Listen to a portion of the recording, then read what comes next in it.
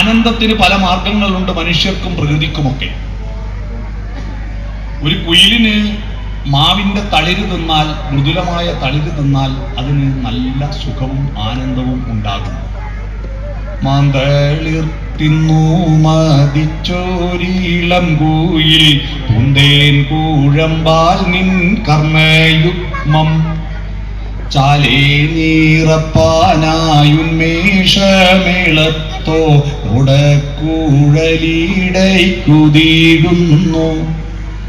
N കുഞ്ഞൂറങ്ങിക്കൊൾ N കുഞ്ഞൂറങ്ങിക്കൊൾ N കുഞ്ഞൂറങ്ങിക്കൊൾ എന്റെ തങ്കം. കേരളത്തിൽ മഹാഭൂരിപക്ഷം വിദ്യാർത്ഥികളും പഠിച്ചൊരു താരാട്ടുപാട്ടാണ്. ഒരു കുറുക്കനോ ഒരു കുറുനരിക്കോ സംബന്ധിച്ച് നല്ല ഭക്ഷണം കിട്ടിയാൽ അതിന് ആനന്ദമായിട്ട് അത് നീട്ടി ഊരിയിടും. ഒരു ആനയെ സംബന്ധിച്ച് ഭക്ഷണത്തേക്കാൾ പ്രധാനം അതിന് നല്ല വെള്ളത്തിൽ കുളിക്കാനോ നല്ല മണ്ണ് ദേഹത്ത് പൂശാനോ കഴിഞ്ഞാൽ ആനന്ദമുണ്ടാകും. ഈ ആനന്ദങ്ങളെല്ലാം തന്നെ വയറ് നിറയുമ്പോൾ, ശരീരപൂരിതമാകുമ്പോൾ ഉണ്ടാകുന്ന ആനന്ദമാണ്.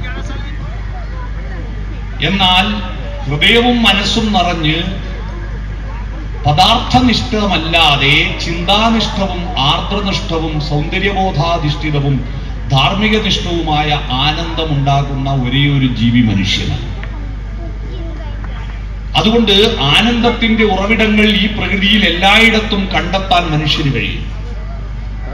മനുഷ്യൻ ഈ ഭൂമിയിൽ ഉണ്ടാകുന്നതിന് മുമ്പ് സൂര്യപ്രകാശവുമുണ്ട്, അന്തരീക്ഷത്തിൽ ആർദ്രതയുമുണ്ട്. ഈ ആർദ്രതയിൽ ഒരു പ്രത്യേക ഏംഗിളിൽ സൂര്യൻ ഉദിച്ചു അസ്തമിക്കുന്ന അവസരത്തിൽ ഒരു പ്രത്യേക ഏംഗിളിൽ സൂര്യൻ ഇങ്ങനെ ആ ഈർപ്പത്തിൽ, അന്തരീക്ഷത്തിൽ ഈർപ്പത്തിൽ തട്ടുമ്പോ ആ ഈർപ്പത്തിൽ ഉണ്ടാകുന്ന വൈബ്രേഷൻ, പ്രകാശത്തിന്റെ വികിരണത്തിലൂടെ 7 നിറങ്ങൾ ഉണ്ടാവുകയും മഴവില്ലുണ്ടാവുകയും ചെയ്യും. ഈ മഴവില്ലുണ്ടാകാൻ തുടങ്ങിയിട്ട് കോടാനുകോടി വർഷങ്ങളായി. ഈ ഭൂമിയിൽ വെള്ളവും ആകാശത്ത് സൂര്യനുമുള്ള കാലത്തല്ല മഴവില്ലുണ്ടായിരുന്നു. പക്ഷെ ആ മഴവില്ലിനെ നോക്കിയിട്ട് violet, IndiGo, blue, green, yellow, orange, red, VIBGYOR എന്ന് കണ്ടുകൊണ്ട് അതിന്റെ നിറങ്ങളെ വെച്ചുകൊണ്ട് മാരിവില്ലു പന്തലിട്ട ദൂരചക്രവാളം മാടി മാടി വീളിക്കുന്നതറിഞ്ഞില്ലേ എന്ന് പാടാൻ ആരുണ്ടായിരുന്നു? ഭൂമിയിൽ മനുഷ്യരുണ്ടാകുന്നതിന് എത്രയോ കോടി വർഷങ്ങൾക്ക് മുമ്പ് പൂക്കൾ ഉണ്ടായിരുന്നു. ആ പൂക്കള് അതിന്റെ ഇതളുകളെ നോക്കിയിട്ട് അതിൽ മഞ്ഞുതുള്ളിയിൽ സൂര്യകിരണങ്ങൾ തട്ടുമ്പോൾ ഒരു വജ്രക്കല്ല് തിളങ്ങുന്നത് പോലെ കണ്ടിട്ട് സൂര്യാംശുവോരോ വയൽ പൂവിലും വൈരം പതിക്കുന്നുവോ എന്ന് പാടാൻ യേശുദാസൻ. ആ പൂക്കളെ നോക്കിയിട്ട് ആ പൂക്കളെ ഇറുത്തെടുത്തിട്ട് തുളസിക്കതിർ നുള്ളിയെടുത്ത് കണ്ണനൊരു പൂജയ്ക്കായി പൊട്ടാത്ത നൂലിൽ കെട്ടാൻ ആരുണ്ടായിരുന്നില്ല. ഈ കടലും കായലും ആകാശവും പുഴയും മലയും കൃഷിയും എല്ലാം ചേർന്നുകൊണ്ടുള്ള ഒരു സമഞ്ജസമായ ഒരു ആനന്ദത്തിന്റെ ലോകമുണ്ട്. ഈ ആനന്ദത്തിന്റെ ലോകം ആസ്വദിക്കാനും ആ ആനന്ദത്തിലൂടെ ഊർജം ശേഖരിച്ചുകൊണ്ട് പുതിയ പുതിയ ഭാവുകത്വത്തിലേക്ക് പോകാനും കഴിയുന്ന ഒരേ ഒരു ജീവി മനുഷ്യനാണ്. അതുകൊണ്ടാണ് മനുഷ്യന് മാത്രമേ ദൈവമുള്ളൂ. തിടമ്പുമായിട്ട് ആനകൾ തൃശൂർ പൂരത്തിന് എഴുന്നള്ളാറുണ്ടെങ്കിലും ഒരാനയ്ക്കും അറിയില്ല തന്റെ തലക്കുമേലിരിക്കുന്നത് പാറമേക്കാവിൽ അമ്മയുടെ തിടമ്പാണെന്നോ വടക്കുനാഥന്റെ തിടമ്പാണെന്നോ അതിനറിയില്ല. ഈ ദൈവങ്ങളുടെ പ്രത്യേകത എന്താണ്? ആരാണ് ശിവൻ? ശിവന്റെ തിടമ്പുമായി പോകുന്ന ആൾക്കറിയുന്നില്ല. ആരാണ് വിഷ്ണു എന്നറിയുന്നില്ല. ആരാണ് ഭഗവതി എന്നറിയുന്നില്ല. മനുഷ്യൻ ഇവിടെ വരികയും ഭാഷ കണ്ടുപിടിക്കുകയും വർത്തമാനം പറയുകയും ചിന്തിക്കുകയും തുടങ്ങിയതിന് ശേഷമാണ് പ്രകാശത്തെ ഉള്ളിൽ ഏറ്റുവാങ്ങാൻ തുടങ്ങിയത്. അതുവരെ പുറത്ത് പ്രകാശമുണ്ട്.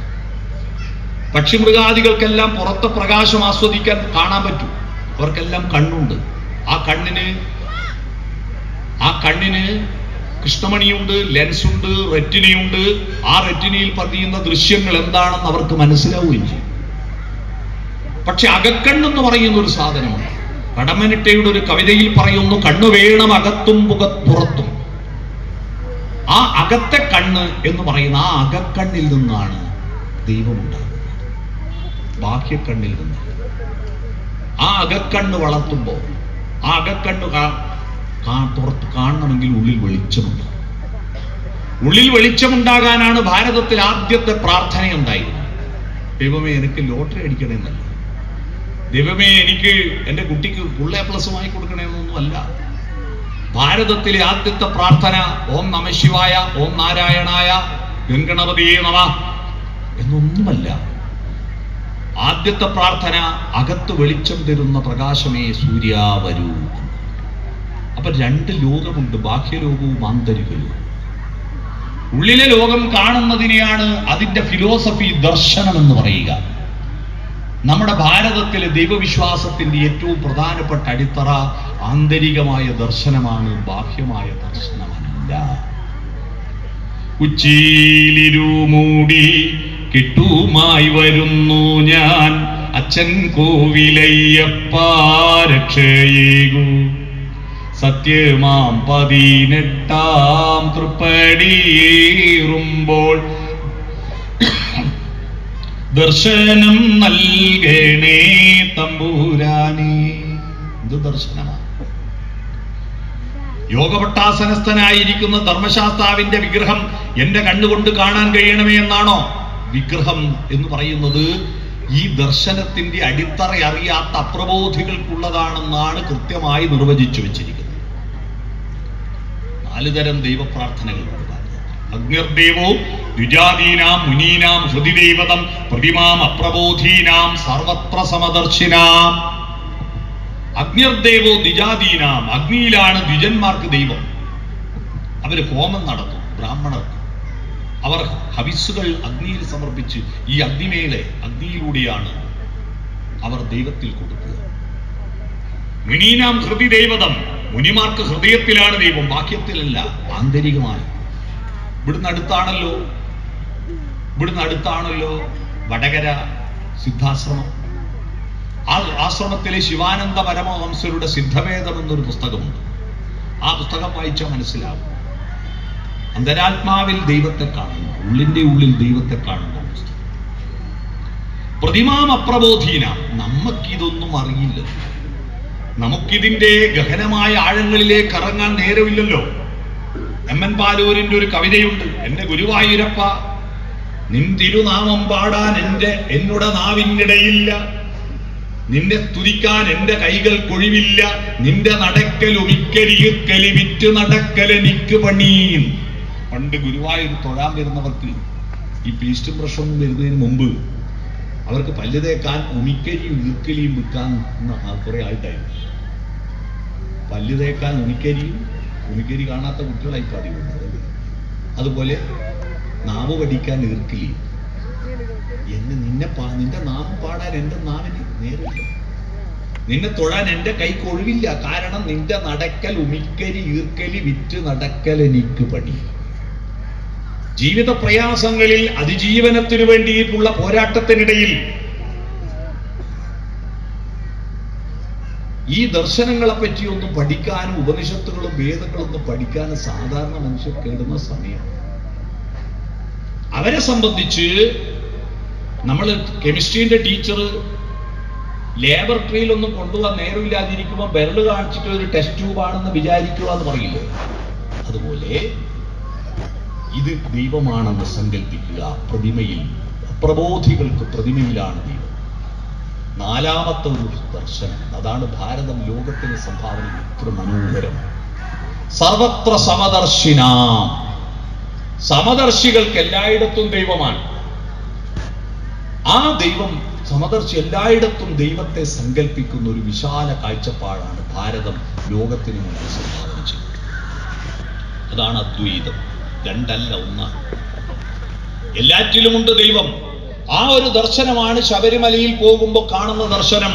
വിഗ്രഹത്തിന്റെയും മേലെ, അതുക്കും മേലെ നമ്മൾ പറയാറില്ല, അതുക്കും മേലെ 2 ആഴ്ച മുമ്പ് മരണപ്പെട്ടു പോയ ജയചന്ദ്രൻ എന്ന നല്ല സംഗീത ചക്രവർത്തി ഭാവഗായകൻ, അദ്ദേഹമാണ് മലയാളികൾക്ക് സ്വാമി അയ്യപ്പനെ ഇത്രയും മനസ്സിന്റെ ആഴങ്ങളിലേക്ക് എത്തിച്ചൊരു മനോഹരമായ പാട്ട്. സ്വാമി ശരണം ശരണമെന്റെ അയ്യപ്പ, സ്വാമിയല്ലാതൊരു ശരണമില്ലയ്യപ്പ, ഹരിഹര സുതനെ ശരണം പൊന്നയ്യപ്പ, അവിടുന്നല്ലാതൊരു ശരണമില്ലയ്യപ്പ. പാട്ട് കേട്ടിട്ട് അതിലൊരു വരി, ആദ്യത്തെ അനുപല്ലവി, ഹരിശ്രീതൻ മുത്തുകൾ വിരൽ പൂവിൽ വിടർത്തിയ ഗുരുവിന്റെ ശ്രീപദങ്ങൾ വണങ്ങി, ശിരസിൽ നിരുമുടി കെട്ടുകളും താങ്ങി, 18ാം പടി കേറി ഭഗവാനെ തൊഴുമ്പോ അവിടെ കാണാം ആ ദർശനം. എന്താണത്? ചാന്ദാഗ്യോപനിഷത്തിൽ ഉദ്ദാലകാരുണി ശ്വേതകേതു സംവാദത്തിലൂടെ ഉയർന്നു വന്നിരിക്കുന്ന ദർശനമുണ്ട്. ഈ കാണുന്നതെല്ലാം ഞാനും ഈ കാണുന്നതെല്ലാം നീയുമാണ്. അഹം ബ്രഹ്മാസ്മി തത്വമസി, ഞാനും നീയും വേറെയല്ല. അതാണ് തത്വമസി ശബരിമലയുടെ മേലെ കാണുന്നത്. അതാ ദർശനം.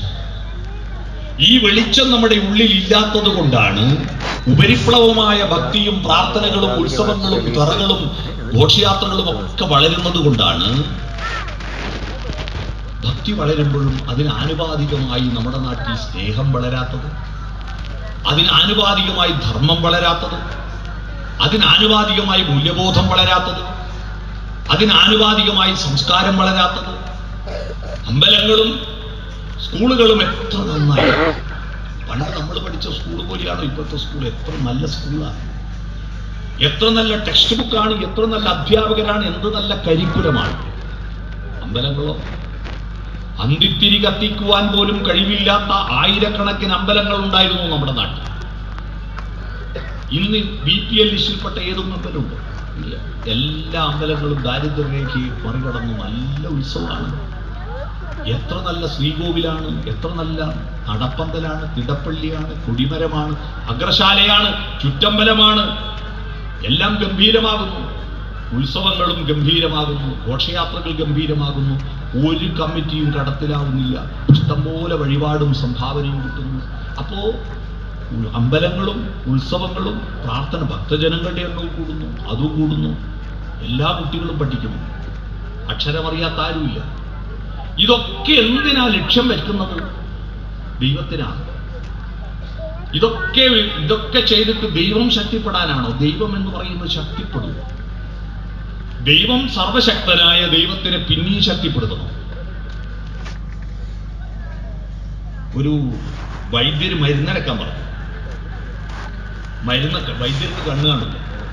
അപ്പൊ അരച്ചിട്ട് കാലിന് പുരട്ടുന്നതാണ്, വെണ്ണ പോലെ അരയണമെന്ന് പറഞ്ഞു. ചെറുപ്പക്കാരെ അരച്ചിട്ട് വൈദ്യരെ കൈമുട്ടും. ആയിട്ടുണ്ടോ? വൈദ്യര് പിടിച്ചു നോക്കും, കണ്ണ് കാണില്ലല്ലോ. ആയിട്ടില്ല, വെണ്ണയാ പോലെ ആയിട്ടില്ല. പലതവണ അരച്ചിട്ടും വൈദ്യർക്ക് തൃപ്തിയാവുന്നില്ല. അത് ഈ ആയുർവേദ മരുന്നിന്റെ ഒരു പ്രത്യേകത. അതിന്റെ ഓരോ ജീവഗണത്തിലും ഉണർന്നുദ്ദീപ്തമായി ധർമ്മ സംസ്കാരോപാസന ശക്തിയായി ഒരു മാസ്മരിക ലോകമുണ്ട്. ഓരോ ജീവഗണത്തിനും അകത്ത് ഒരു വലിയ അത്ഭുതം, ഒരു ഊർജമുണ്ട്. ആ ഊർജം പുറത്തു വരണമെങ്കിൽ സയൻസിൽ പറയുന്നത് piezo electricity is a electricity which is produced when a crystal is squeezed എന്ന്. ഒരു ക്രിസ്റ്റലിനെ സ്ക്വീസ് ചെയ്യുമ്പോൾ, ഞെക്കിയമർത്തുമ്പോൾ അതിന്റെ അകത്തുള്ള ഒരു ഇലക്ട്രിസിറ്റി ഊർജം പുറത്തു വരും. അതിന് ആ ഒരു കണ്ടുപിടുത്തത്തിൽ നിന്നാണ് ആറ്റം ബോംബിലേക്ക് എത്തിച്ചേർന്ന കണ്ടുപിടുത്തം ഉണ്ടായത്, പിസോ ഇലക്ട്രിസിറ്റിയിൽ നിന്ന്.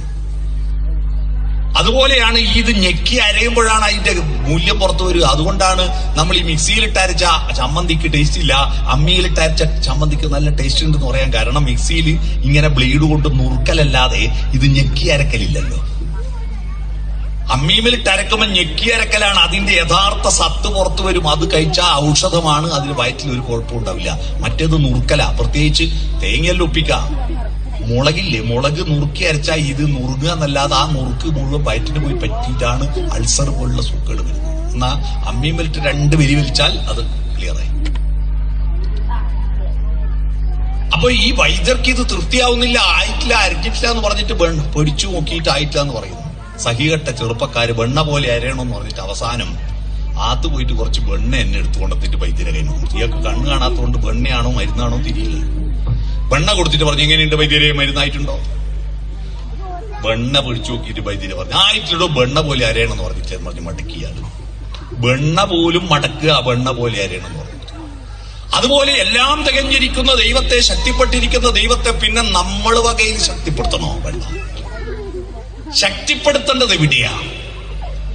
ശക്തിപ്പെടുത്തേണ്ടത് ആ ദൈവത്തിന്റെ ശക്തിയെ നമ്മുടെ ഹൃദയത്തിലേക്ക് ആവാഹിച്ച്, മനസ്സിലേക്ക് ആവാഹിച്ച്, നമ്മുടെ കർമ്മങ്ങളിലേക്ക് ആവാഹിക്കുന്ന പ്രക്രിയക്കാണ് പ്രാർത്ഥനാ ഭക്തി എന്ന് പറയാ. ഭക്തൻ എന്ന വാക്കിന്റെ അർത്ഥം അറിയാം.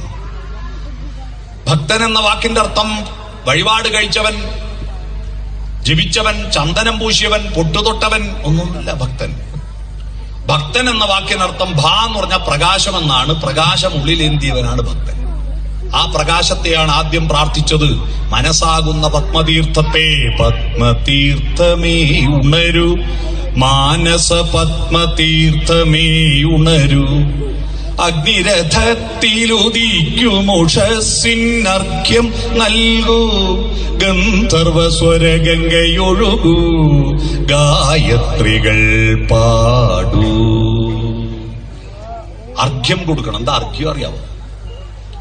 ഒരതിഥി വീട്ടിൽ വന്നാൽ അയാൾ പിരിവിന് വന്നാവട്ടെ, ശകാരിക്കാൻ വന്നാകട്ടെ, നോട്ടീസ് തരാൻ വന്നാവട്ടെ, കുശലാന്വേഷണത്തിൽ വന്നാകട്ടെ, ആരായാലും വന്ന അതിഥി ദൈവമാണ്. അതിഥി ദേവോ ഭവ. വന്ന ആളെ സ്വീകരിക്കാൻ കാല് കഴുകാൻ വെള്ളം കൊടുക്കുക, കുടിക്കാൻ വെള്ളം കൊടുക്കുക. അത് അർഘ്യപാദ്യാദികൾ. പണ്ട് കാല് കഴുകാൻ വെള്ളം കൊടുക്കാൻ കാരണം ആർക്കും ചെരുപ്പുമില്ല, നാട്ടിലിടിയും കക്കൂസും ഇല്ല. അതുകൊണ്ട് ഇയാൾ എന്തെല്ലാം ചവിട്ടിയിട്ടാ വരുന്നതെന്ന് അറിയാതെ കൊണ്ടാവും നിങ്ങാത്ത് കയറ്റണം വെച്ചിട്ടാണ് കാല് കഴുകാൻ വെള്ളം കൊടുക്കുന്നത്. ഇപ്പൊ എല്ലാവരും കക്കൂസുമായി, എല്ലാവർക്കും ചെരുപ്പുമായി. അതുകൊണ്ട് കാല് കഴുകാൻ വെള്ളം കൊടുത്തില്ലേ കുഴപ്പമൊന്നുമില്ല കേട്ടോ. പക്ഷെ കുടിക്കാൻ വെള്ളം കൊടുക്കണ്ടേ? കാല് കഴുകാൻ വെള്ളം എന്നാലല്ല ഇപ്പൊ കാല് കഴുകാൻ വെള്ളം കൊടുക്കുന്ന ഒരൊറ്റൊരാക്ക. കല്യാണം കഴിഞ്ഞിട്ട് നവവധുവിനെ ഭർത്താവിന്റെ വീട്ടിലേക്ക് കയറ്റുമ്പോ അമ്മായിയമ്മ വിളക്കും പിടിച്ചിട്ട് നിൽക്കുമ്പോ ഒരാളുടെ കിണ്ടിയും വെള്ളം കൊണ്ടുവന്നിട്ട് കാല് കഴിക്കും. ഇതെന്താ ഓളെ കാല് മാത്രം കഴിയുന്നത്? വേറെ ആരെ കാലിനും വൃത്തിയേടില്ലേ? ഈ പെണ്ണിന്റെ കാലിന് മാത്രം എന്താ വൃത്തിയേട്? അതൊന്നുമല്ല. ആ കാല് കഴുകുമ്പോ അമ്മായിയമ്മ അതിനൊരു പ്രതീകമാണ്. അമ്മായിയമ്മ ഓളോട് പറയണം, നിന്റെ വീട്ടിലുള്ള ഒരു വൃത്തികെട്ട ശീലം ഇങ്ങോട്ട് കയറ്റണ്ട, ഇവിടെ കഴുകി കളഞ്ഞേക്കണം. അതാണ് ഈ കാല് കഴിക്കുന്നതിന്റെ അർത്ഥം. അവിടെ പുതിയൊരു ജീവിതം തുടങ്ങുക. പഴയ സ്ലേറ്റ് മാറ്റി പുതിയ സ്ലേറ്റ് തുടങ്ങുകയാണെന്നാ. കുടിക്കാൻ വെള്ളം കൊടുക്കണം ഒരാൾ വീട്ടിൽ വന്നാൽ. വന്നുടനെ പല സ്ഥലത്തും ഞാൻ പ്രസംഗിക്കാൻ പോയാൽ ചെന്ന് കയറി അപ്പാട് വിളിക്കും പ്രസംഗിക്കാൻ. നിങ്ങളെന്തോ കുടിച്ചനോ ചോദിക്കില്ല. എന്നാൽ ഇവിടെയുള്ള ആദിത്യ മര്യാദ ഒരു കുറച്ച് ഓവറായി പോയി. അതുകൊണ്ട് ഉറക്കു വരുന്നത് എന്തെല്ലാം തിന്നാൻ തന്നപ്പോ വന്ന ആള് വർത്താനെല്ലാം പറഞ്ഞ് പോവാൻ നോക്കുമ്പോ നിങ്ങൾക്ക് ചായങ്ങാറ്റം വേണമെന്ന് ചോദിക്കുന്ന വൃത്തികെട്ട സുഖാട്ടാ. വന്ന ഉടനെ ചായയോ ഹോർലിസ്റ്റോ ബൂസ്റ്റോ ഒന്നും വേണ്ട, ഒരു ഗ്ലാസ് വെറും വെള്ളം കൊടുക്കുക. സൂര്യൻ ഉദിച്ചു വരുമ്പോൾ സൂര്യന്റെ പാദങ്ങളിൽ വെള്ളം നനക്കുന്ന ഒരു പ്രക്രിയയുണ്ട് പ്രഭാതത്തിൽ. സൂര്യന്റെ പാദങ്ങൾ ഏതാ? നമ്മുടെ വൃക്ഷങ്ങളാണ്, ചെടികളാണ്. ആ ചെടികൾക്ക് നനച്ചു കൊടുത്താൽ മതി രാവിലെ. സൂര്യൻ അർഘ്യം കൊടുക്കുന്ന തുല്യമാണ്.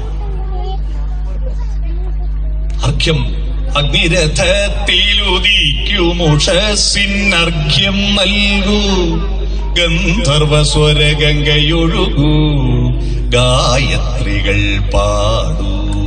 ഓം സത്സവിതുർവരേണ്യം ഭർഗോ ദേവസ്യ ധീമഹി ധിയോ യോ ന പ്രചോദയാത്.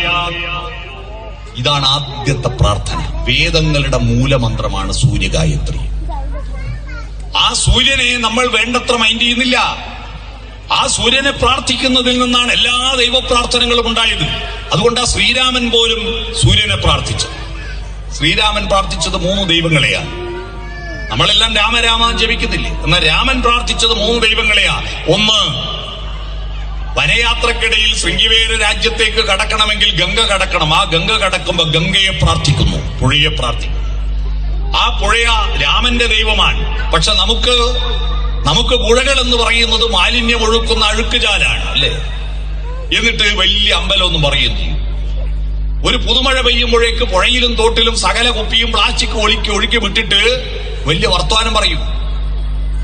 പുഴയെ സ്നേഹിക്കണമെന്ന് പഠിപ്പിച്ച ശ്രീകൃഷ്ണ ഭക്തന്മാരും രാമഭക്തന്മാരുമാണ് ഇന്ത്യ രാജ്യത്ത് ഭൂരിപക്ഷം. പുഴയിൽ മാലിന്യം കലർത്തുന്ന മാവൂർ ഗോളിയറൻസിനെതിരായി സമരം ചെയ്ത ആളാ ശ്രീകൃഷ്ണൻ അല്ലേ? കാളിന്തിയിൽ വിഷം കലർത്തുന്ന കാളിയനെതിരായിട്ട് സമരം ചെയ്തില്ലേ കൃഷ്ണൻ? പുഴയെ സ്നേഹിക്കാൻ പഠിപ്പിച്ചില്ലേ? പർവ്വതത്തെ സ്നേഹിക്കാൻ പഠിപ്പിച്ചില്ലേ? കേരളത്തിൽ മഴ പെയ്യുന്നത് ദേവേന്ദ്രന്റെ കഴിവ് കൊണ്ടല്ല, യാഗം കൊണ്ടല്ല, പശ്ചിമഘട്ട പർവ്വതം ഉള്ളത് കൊണ്ടാണ് കേരളത്തിന്റെ കാലാവസ്ഥയെ നിയന്ത്രിക്കുന്നത്. അതുകൊണ്ട് പശ്ചിമഘട്ടത്തെ സംരക്ഷിക്കണമെന്ന് പറഞ്ഞ മാധവ് ഗാഡ്ഗിലില്ലേ, ആ മാധവ് ഗാഡ്ഗിലിന്റെ അതേ വർത്തമാനമല്ലേ അമ്പാടിയിൽ മഴ പെയ്യാൻ കാരണം?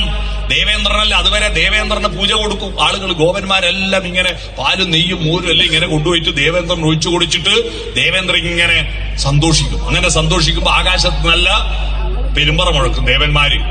ഇടി ദും ദും ദും ദുന്ദുബിനാദം നാദം നാദം ദും ദും ദും ദുന്ദുബിനാദം നാദം നാദം ദേവദുന്ദുഭീതൻ വർഷമംഗളഘോഷം ദും ദും ദും ദുന്ദുബിനാദം നാദം നാദം.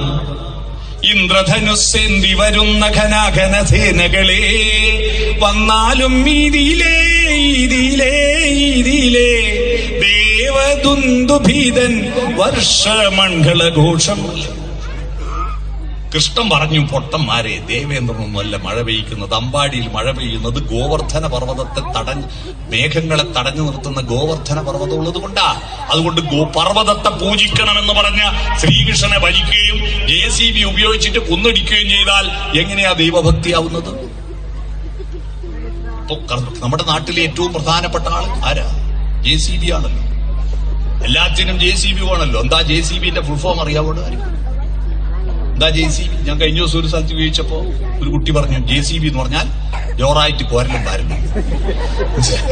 JCB ജോസഫ് സിറിൽ ബംഫേർഡ് എന്ന് പറയുന്ന ആള്, അയാളാണ് ഇതിന്റെ കമ്പനിയുടെ ആള്. അയാളെ പേരിന്റെ ഷോർട്ടാ ജോസഫ് സിറിൽ ബംഫേർഡ്. അതാ JCB കൂടി കിട്ടിയോ? അതാണിപ്പോ നമ്മുടെ വികസനത്തിന്റെ പ്രധാനപ്പെട്ട മാനദണ്ഡം, കുന്നടിക്കൽ. അപ്പോ പ്രകൃതിയെ സംരക്ഷിക്കണമെന്ന് പറഞ്ഞ കൃഷ്ണൻ, പുഴയെ സ്നേഹിക്കണമെന്ന് പറഞ്ഞ കൃഷ്ണൻ, ആ കൃഷ്ണന് പുഴയോട് ഇഷ്ടമുണ്ടാക്കി കൊടുത്തൊരു യശസ് കൊടുത്തൊരു സ്ത്രീ ഉണ്ടറിയുമോ?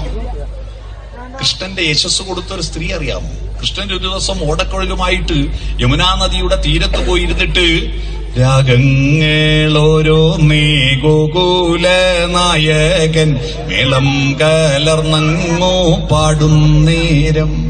അപ്പം പാട്ടങ്ങ് നിർത്തി. എന്താ കണ്ണാൻ നിർത്തിയെന്ന് ചോദിച്ചപ്പോ കൃഷ്ണൻ ചോദിച്ചു, അല്ല, യമുനയുടെ ഓളങ്ങൾ കരയിലേക്ക് വരുന്നുണ്ട്, എന്താ ഒന്നും തിരിച്ചു പോവാത്തത്?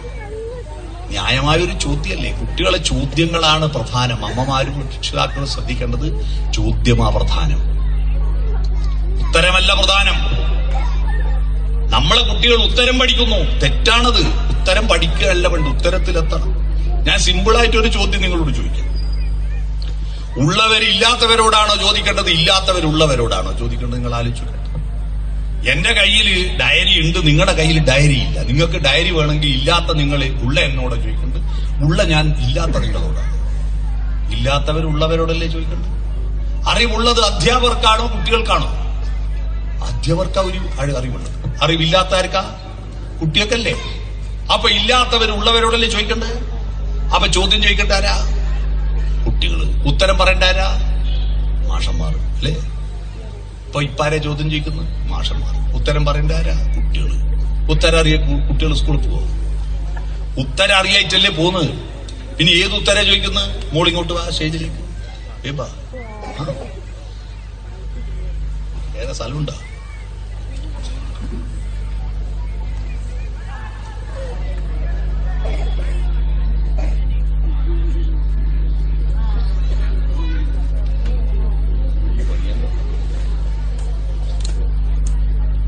എന്താ മോളെ പേര്?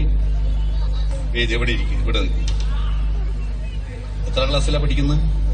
3ാം ക്ലാസ്സിൽ. ഓള് കയറി വന്ന വകയിൽ എന്റെ പുസ്തകം കൊടുത്തു.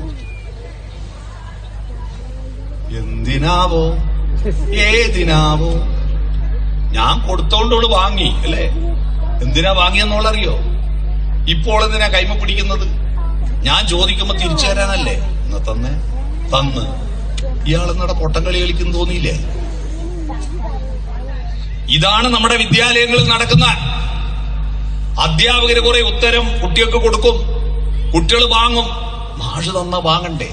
എന്തിനാവോ ഏതിനാവോ? എന്തിനാ വാങ്ങിയ? മാഷ് ചോദിക്കുമ്പോ തിരിച്ചു കൊടുക്കാൻ. എപ്പോഴാ മാഷ് ചോദിക്കുക?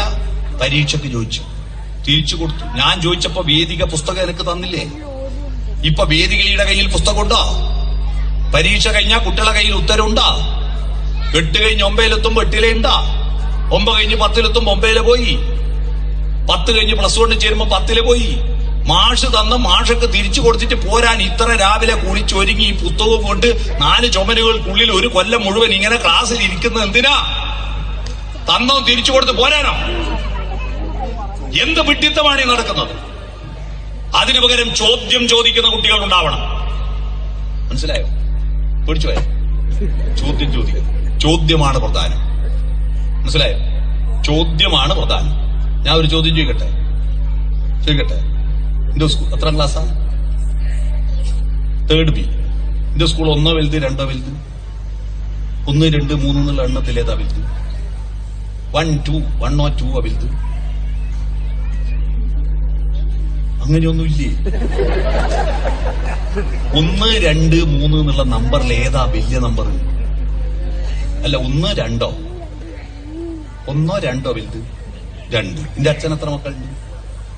1 ഉള്ളൂ അല്ലേ? എന്റെ അച്ഛന്റെ അച്ഛൻ എത്ര മക്കളുണ്ട്? 1 ഉള്ളൂ. എന്റെ അമ്മേന്റെ അച്ഛൻ എത്ര മക്കളുണ്ട്? 2 ഉണ്ട്. അമ്മേന്റെ അച്ഛൻ 2. ഒന്നാമത്തെ ആളാരാ? അമ്മ. രണ്ടാമത്തോ? ഇളയമ്മ. ആരാ വലുത്? അപ്പൊ 1 വലുത്. മാഷോട് പോയി ചോദിക്കണോ? വീട്ടിലെത്തുമ്പോ 1 വലുത്, സ്കൂളിലെത്തുമ്പോ 2 വലുത്. ചോദിക്കണം കേട്ടാ. Okay, thank you. എല്ലാം ഇറങ്ങണേ. ചോദ്യം ചോദിക്കുന്ന കുട്ടികൾ ഉണ്ടാവണം. ചോദ്യം ചോദിക്കാത്തത് കൊണ്ടാണ് നമ്മുടെ രാജ്യം വേദേതിഹാസാദി വിഭൂതികളുടെ നാടാണ്. അത്ഭുത ബുദ്ധിയുള്ളവരുടെ നാടായിരുന്നു ഇന്ത്യ. നിങ്ങൾ അറിയണം, കൊളംബസ് അമേരിക്ക കണ്ടുപിടിക്കുന്നതിനും 1500 കൊല്ലം മുമ്പ് ഇന്ത്യയിൽ വേദത്തെക്കുറിച്ചും വേദാന്തത്തെക്കുറിച്ചും പ്രപഞ്ചത്തെക്കുറിച്ചും സൂര്യനെക്കുറിച്ചും നക്ഷത്രങ്ങളെക്കുറിച്ചും പഠിക്കുന്ന ശാസ്ത്രമുണ്ടായിരുന്നു. അന്ന് അമേരിക്ക എന്ന് പറഞ്ഞ ഒരു രാജ്യം കണ്ടുപിടിച്ചിട്ടില്ല. 18 പുരാണങ്ങൾ, മഹാഭാരതം എന്ന് പറയുന്ന ഒരൊറ്റ കൃതിയിൽ 1,64,000 ശ്ലോകങ്ങളും അതിൽ ഏതാണ്ട് ഒരു 20,000 കഥാപാത്രമുണ്ട്. 20,000 പേരിടുന്നെങ്കിൽ പണി എത്രയുണ്ട് നിങ്ങൾ ആലോചിക്കട്ടെ. ഒരു LP സ്കൂളിലെ ഹെഡ്മാഷക്ക് ആടെ പഠിക്കുന്ന 100 കുട്ടികളെ പേരറിയാമോ? അന്നേരം 20,000 ആളെ പേര് ഈ വ്യാസം തലയെ കൊണ്ട് നടന്നില്ലേ? ആലോചിച്ചു. ചെറിയ ബുദ്ധിയാ. ആ പേരുകളൊന്നും തന്നെ അർത്ഥരഹിതമല്ല. എല്ലാ പേരിനും അർത്ഥമുണ്ടായിരുന്നു. കൃഷ്ണൻ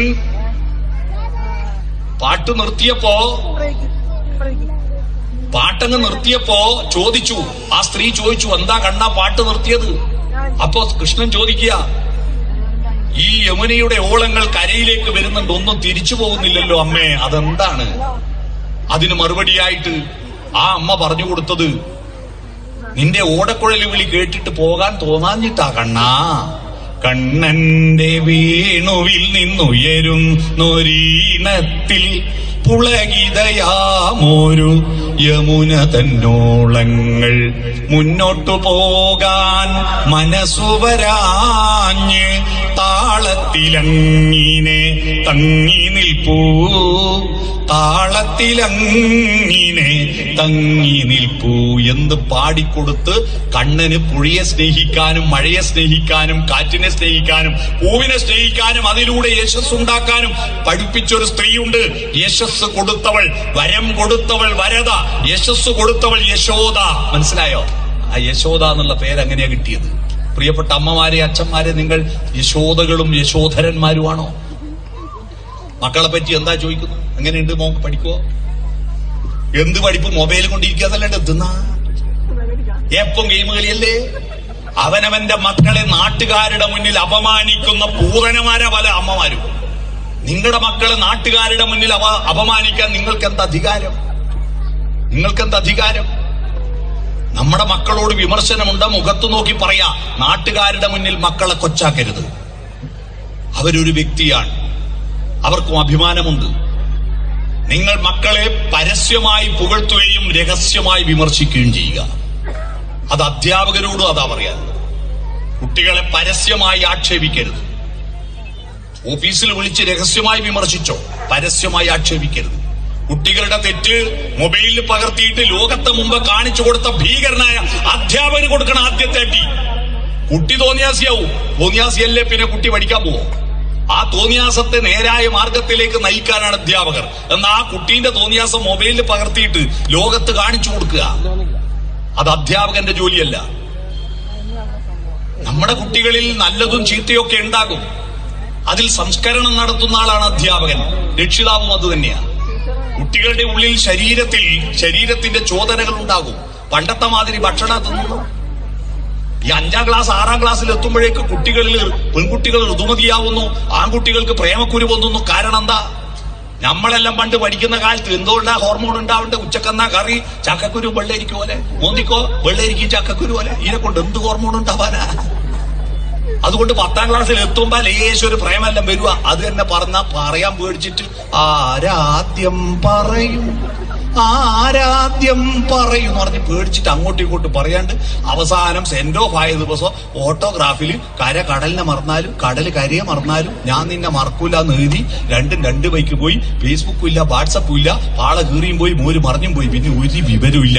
ഇപ്പൊ കുറച്ച് ഫേസ്ബുക്കും വാട്സപ്പും വന്ന് കുറച്ച് ഇറച്ചിമേലിന് തിന്നാൻ തുടങ്ങിയപ്പോ കുറേശ്ശെ ഹോർമോണെല്ലാം വീണ്ടും തിരിച്ചു വന്നപ്പോ അതാ പഴയതിനെല്ലാം അന്വേഷിച്ച് പുറപ്പെട്ടിട്ടുണ്ട്. പൂർവ്വ വിദ്യാർത്ഥി സംഗമങ്ങളല്ലേ എല്ലാടിയും. നല്ലതാട്ടാ, പൂർവ്വ വിദ്യാർത്ഥി സംഗമങ്ങളിൽ പങ്കെടുക്കുന്നവർക്ക് ആയുസ് കൂടുന്നുണ്ടെന്ന പുതിയ പഠന റിപ്പോർട്ട്. കാരണം ഇങ്ങനെ വീട്ടിലിരുന്ന് ബോറടിച്ചിരിക്കുന്ന എന്നല്ല, ഇടയ്ക്ക് നമ്മളെ ഒന്നിച്ച് പഠിച്ച കുട്ടികളോട് വർത്താനം പറഞ്ഞിട്ട് രസത്തിൽ ഇങ്ങനെ പോകാൻ നല്ലതല്ലേ. അതിനൊന്നും പോവാത്ത ടീമുണ്ട്. ഇതെല്ലാം പോകുന്നത് ഒളിച്ചോടാനാണെന്ന് പറഞ്ഞ് പ്രചരിപ്പിക്കുന്നത് കേട്ടോ. ശുദ്ധാസംബന്ധം, അത് ഒളിച്ചോടുന്നതൊന്നും അല്ല. ഞാൻ പറഞ്ഞു വന്നത് ഇന്നത്തെ കുട്ടിയൊക്കെ എത്രയാ ഹോർമോണ്. ഈ ഗുരുവും ലഘു ഏതാണെന്ന് തീരുമാനിച്ചിട്ട മനുഷ്യനും മൃഗവും തമ്മിലുള്ള വ്യത്യാസം. മൃഗങ്ങളുടെ ഗുരു ശരീരമാണ്, മനസ്സ് ലഘുവ എന്ന് പറഞ്ഞാൽ ശരീരത്തിന് വിധേയമാണ്. ഈ ഗുരു എന്ന് പറഞ്ഞാൽ വലുത് കേട്ടോ. മാഷ് നല്ലേ ഗുരു എന്ന് പറഞ്ഞാൽ. ഗുരുതരമായ പരിക്ക് പറ്റി എന്ന് പറഞ്ഞാൽ മാഷക്ക് പരിക്ക് പറ്റിയെന്നല്ലോ, വലിയ പരിക്ക് പറ്റിയത്. ലഘു എന്ന് പറഞ്ഞാൽ ചെറുത്. ഭൂമി ഗുരുവാണ്, ആപ്പിള് ലഘുവാണ്. വലിയ ഗുരു ചെറിയ ആപ്പിളിനെ പിടിച്ചു വലിക്കുന്നതുകൊണ്ടാണ് ഭൂമിക്ക് ഗുരുത്വ ബലം ഉണ്ടാവും. അതാ ഭൂഗുരുത്വ ബലം. നിങ്ങൾ കുട്ടികളെയും കൊണ്ട് ടൗണിൽ പോയാല് കുട്ടികൾ റോഡിലേക്ക് പോകുമ്പോൾ നിങ്ങൾ പിടിച്ചു വലിക്കൂലേ? ഗുരു ലഘുവിനെ പിടിച്ചു വലിക്കൂലേ? കുട്ടികൾ അനുസരിച്ചാൽ ഗുരുത്വമുണ്ട്, അനുസരിച്ചില്ല ഗുരുത്വക്കേട്. അതാ ഗുരുത്തക്കേട്. മനസ്സിലായി? ഗുരുത്വം എന്ന് പറഞ്ഞ സാധനം അറിയാം, വലുത് ചെറുതിനെ പിടിച്ചു വലിക്കുന്നു. മൃഗങ്ങൾക്ക് വലുത് മനസ്സല്ല, ശരീരമാ. എന്ന് പറഞ്ഞാൽ ഈ അമ്പലപ്പറമ്പിൽ ഒരു പശു വന്നാൽ അതിന് മൂത്രമൊഴിക്കണമെന്ന് ശരീരത്തിന് തോന്നിയാൽ ആടി ഒഴിക്കുവോ? ഒഴിക്കും. മനസ്സ് പറയോ വീട് ഒഴിക്കാൻ പറ്റൂലപ്പാ, ടോയ്ലറ്റ് നോക്കി പോണോ, അല്ലെ ആലെ പോണോന്ന് പറയില്ല. ആടെ വാലും വന്നിച്ചിടും, ആടെ വാലും വച്ച് മൂത്രയ്ക്കും ചാണുകിടൂ. പട്ടികൾ റോഡിൽ വെച്ച് മാല വേണ്ട, പന്തൽ വേണ്ട, നിശ്ചയം വേണ്ട, കല്യാണം വേണ്ട, ഒന്നും വേണ്ട, റോഡിൽ വെച്ചാണ് ചേരും. ശരീരമാണ് അവർക്ക് ഗുരു. അവരെ കുറ്റം പറഞ്ഞിട്ട് കാര്യമില്ല. മനസ്സ് ലഘുവ. മനസ്സെല്ലാം ഉണ്ട് കേട്ടോ. മൃഗങ്ങൾക്ക് മനസ്സുണ്ടോ? ഉണ്ട്. കണക്കറിയുന്ന പട്ടിയുണ്ടല്ലോ. പട്ടിക്ക് കണക്കറിയാലോ. നിങ്ങൾ വീതി കുറഞ്ഞ് ഈ റോഡ് മേലെ സ്കൂട്ടറും കൊണ്ട് വരുമ്പോ റോഡിന്റെ പകുതിക്ക് ഒരു പട്ടി കിടക്കും. നിങ്ങൾ ഓണടിച്ചു നോക്ക്, പട്ടി തലവന്നിച്ച് നോക്കി സ്കൂട്ടറാണ്ടെന്ന് കണ്ട മൈൻഡ് ഇല്ല. കാരണം സ്കൂട്ടറിന് പോണ്ട വീതി ആടിയുണ്ട്, ആ കണക്കറിയാലോ. തൊട്ട് പറയും ലോറിയോ കാറോ വന്നോക്കട്ടെ, നായി എണീറ്റ് മാറിത്തരും. കാരണം ലോറിക്ക് വീതി കൂടുതലാണെന്ന് സ്കൂട്ടറിന് വീതി കുറവാന്നുള്ള കണക്ക് നായ്ക്കറിയാം. നമ്മളെ കൂട്ടത്തിലെ ചില നായിയൊക്കെ ഈ കണക്കറിയില്ല. കണ്ടെടുത്ത് വെച്ചു വേറെ ആൾക്ക് പോകണമെന്നുള്ള ഒരു ചിന്തയുണ്ടാവില്ല. ഞാൻ പറഞ്ഞു വന്നത് മനസ്സ് ലഘുവും ശരീരം ഗുരുവായ മൃഗമാണ്. മനുഷ്യൻ എപ്പോഴാ മനുഷ്യനായത്? ശരീരത്തെ പിടിച്ചു കെട്ടി മനസ്സിനെ ഉണർത്തുമ്പോഴാ മനുഷ്യനായത്. അതുകൊണ്ട് നമ്മളെ വീട്ടിലൊരു ചടങ്ങില്ലേ, നമ്മളെ വീട്ടിലൊരു പ്രസവിച്ച ആദ്യത്തെ ചടങ്ങ് 28ാമത്തെ ദിവസം ഒരു ചടങ്ങില്ലേ? അതിന് മുമ്പ് പണ്ടൊരു ചടങ്ങുണ്ടായിരുന്നു കേട്ടോ. ജനിച്ച ഉടനെ തേനും വയമ്പും നാവിൽ തൂകും വാനമ്പാടി എന്നൊരു പാട്ടിൽ ആ ചടങ്ങുണ്ട്. തേനും വയമ്പും. വയമ്പ് എന്ന് പറഞ്ഞാൽ പണ്ട് പ്രതിരോധ വാക്സിനേഷൻ ഇല്ലാത്ത കാലത്ത് ശരീരത്തിന് പ്രതിരോധ ശേഷി ഉണ്ടാക്കാൻ നല്ലതാ വയമ്പ്. തേന് ജനിച്ച ഉടനെ കുട്ടീന്റെ നാവിൽ തേന് പുരട്ടുമ്പോ മധുരം മധുരം മധുരം മധുരം മധുരാധിപതേ സകലം മധുരം. ഹായ്, ഈ ലോകം നല്ലതാണല്ലോ. First impression is the best impression. Hi, ഈ ലോകത്തെ അവൻ ഇഷ്ടപ്പെടും. മധുരമാണ് ഈ ലോകം. ആദ്യത്തെ തന്നെ അനുഭവം നല്ലതാണ്. ഇന്ന് ആരും തേനൊന്നും നാവിൽ വെച്ചു കൊടുക്കുന്നില്ല. പകരം ഒരു സൂചി കുത്തി വേദനിച്ച് first impression is the best impression. ഈ ലോകം മുഴുവൻ എന്നെ കുത്താൻ വന്ന കാലം മാറാ. അതുകൊണ്ടാണ് കുട്ടികളെല്ലാം ഇങ്ങനെ തുറച്ചു നോക്കുന്നു. ഇവരെല്ലാം എന്റെ ശത്രുപക്ഷത്താന്നുള്ള മട്ടിൽ. കാരണം നമ്മൾ ഈ തേനല്ല കൊടുത്തത്. പിന്നെ 28ാമത്തെ ദിവസം ഒരു പേര് വിളിയുണ്ട്. 28ന്റെ കണക്കറിയോ? അന്ന് 29 ആയാലും 28 കുളിയാ പോലും. അന്തായി 30 കുളിച്ചാൽ എപ്പോഴാ അലിഞ്ഞു പോകും. 28 കുളി എന്ന് പറഞ്ഞാൽ നമ്മുടെ കലണ്ടറിന്റെ കണക്ക്. നമ്മളെ കലണ്ടർ അറിയാവോ? നമ്മൾ ഈ ചുമരുമ തൂക്കുന്ന കലണ്ടർ നമ്മുടെ കലണ്ടർ അല്ല. പോർച്ചുഗീസുകാർ വന്നപ്പോ കൊണ്ടുവന്ന കലണ്ടറാണ് നമ്മുടെ കലണ്ടർ, ഇപ്പൊ ഉപയോഗിക്കുന്ന കലണ്ടർ. അത് ബാങ്കിന്റെ കലണ്ടർ ആയാലും പി കെ കൃഷ്ണന്റെ കലണ്ടർ ആയാലും എല്ലാം പോർച്ചുഗീസുകാർ കൊണ്ടുവന്ന കലണ്ടറാണ്. നമ്മളെ കലണ്ടർ 1200 കൊല്ലം മുമ്പ് കൊല്ലത്ത് വെച്ചുണ്ടാക്കിയ കലണ്ടറാ. അതുകൊണ്ടാ ഇത് കൊല്ലവർഷം 1200 വേണ്ട. കൊല്ലവർഷം എന്നറിയപ്പെടുന്നത് കൊല്ലത്ത് വെച്ചുണ്ടാക്കിയത് കൊണ്ടാ. അതിനു മുമ്പ് നമുക്ക് കലണ്ടർ ഇല്ല. അന്നുണ്ടാക്കിയ കലണ്ടറിന്റെ പേരറിയാവോ? നമ്മുടെ സ്വന്തം കലണ്ടർ അറിയാവോ? ആരും പറഞ്ഞാട്ടെ, മലയാളിന്റെ സ്വന്തം കലണ്ടറിന്റെ പേര് ആരെങ്കിലും പറയൂ. ആർക്കും അറിയില്ല അല്ലേ? ഒരു ക്ലൂ തരാം. പീലിയിലെ പാടിയൊരു പാട്ട് പാടാൻ ഞാൻ. അതിലുണ്ട് കലണ്ടറിന്റെ പേര്. സംക്രമ വിഷു പക്ഷി സംവത്സര പക്ഷി പൊന്മണി ചുണ്ടിനാൽ കാലത്തിൻ ചുമരിലെ പുഷ്പപഞ്ചാംഗങ്ങൾ മാറ്റി. നീ എത്ര പുഷ്പപഞ്ചാംഗങ്ങൾ മാറ്റി. ചുമരുമ തൂക്കുന്നല്ല പുസ്തകരൂപം പഞ്ചാംഗം. ഈ പഞ്ചാംഗം വരുന്നതിന് ശേഷം ഡേറ്റ് വന്ന് അതിനു മുമ്പ് ഓരോ ദിവസത്തിന് ഓരോ നക്ഷത്രത്തിന് വരെ അശ്വതി മുതൽ രേവതി വരെ 27 നക്ഷത്ര. അപ്പൊ ഒരു കുട്ടീന്റെ ജന്മദിനം ആദ്യം വരിക 28ാമത്തെ ദിവസം അല്ലേ? അന്ന് പേര് വിളിക്കൂ. നക്ഷത്രം ആണ് നമുക്ക്. അതുകൊണ്ട് ഈ 50-60 വയസ്സ് കഴിഞ്ഞാൽക്കെല്ലാം 3 ജന്മദിനം ഉണ്ട് അവിടെ. നോക്കിക്കോ, ഒന്ന് മുനിസിപ്പാലിറ്റിയിലും പഞ്ചായത്തിലും രജിസ്റ്റർ ചെയ്ത ഒറിജിനൽ ഇംഗ്ലീഷ് തീയതി, രണ്ടാമത്തത് മലയാള മാസവും നക്ഷത്രവും. മേടമാസം മകനക്ഷത്രത്തിൽ എന്റെ അമ്മ പായസം വെക്കും. മൂന്നാമത്തെ ഏതാണെന്നറിയോ? LP സ്കൂൾ ഹെഡ്മാസ്റ്റർ നിശ്ചയിച്ചു തന്നൊരു തീയതി ഉണ്ട്.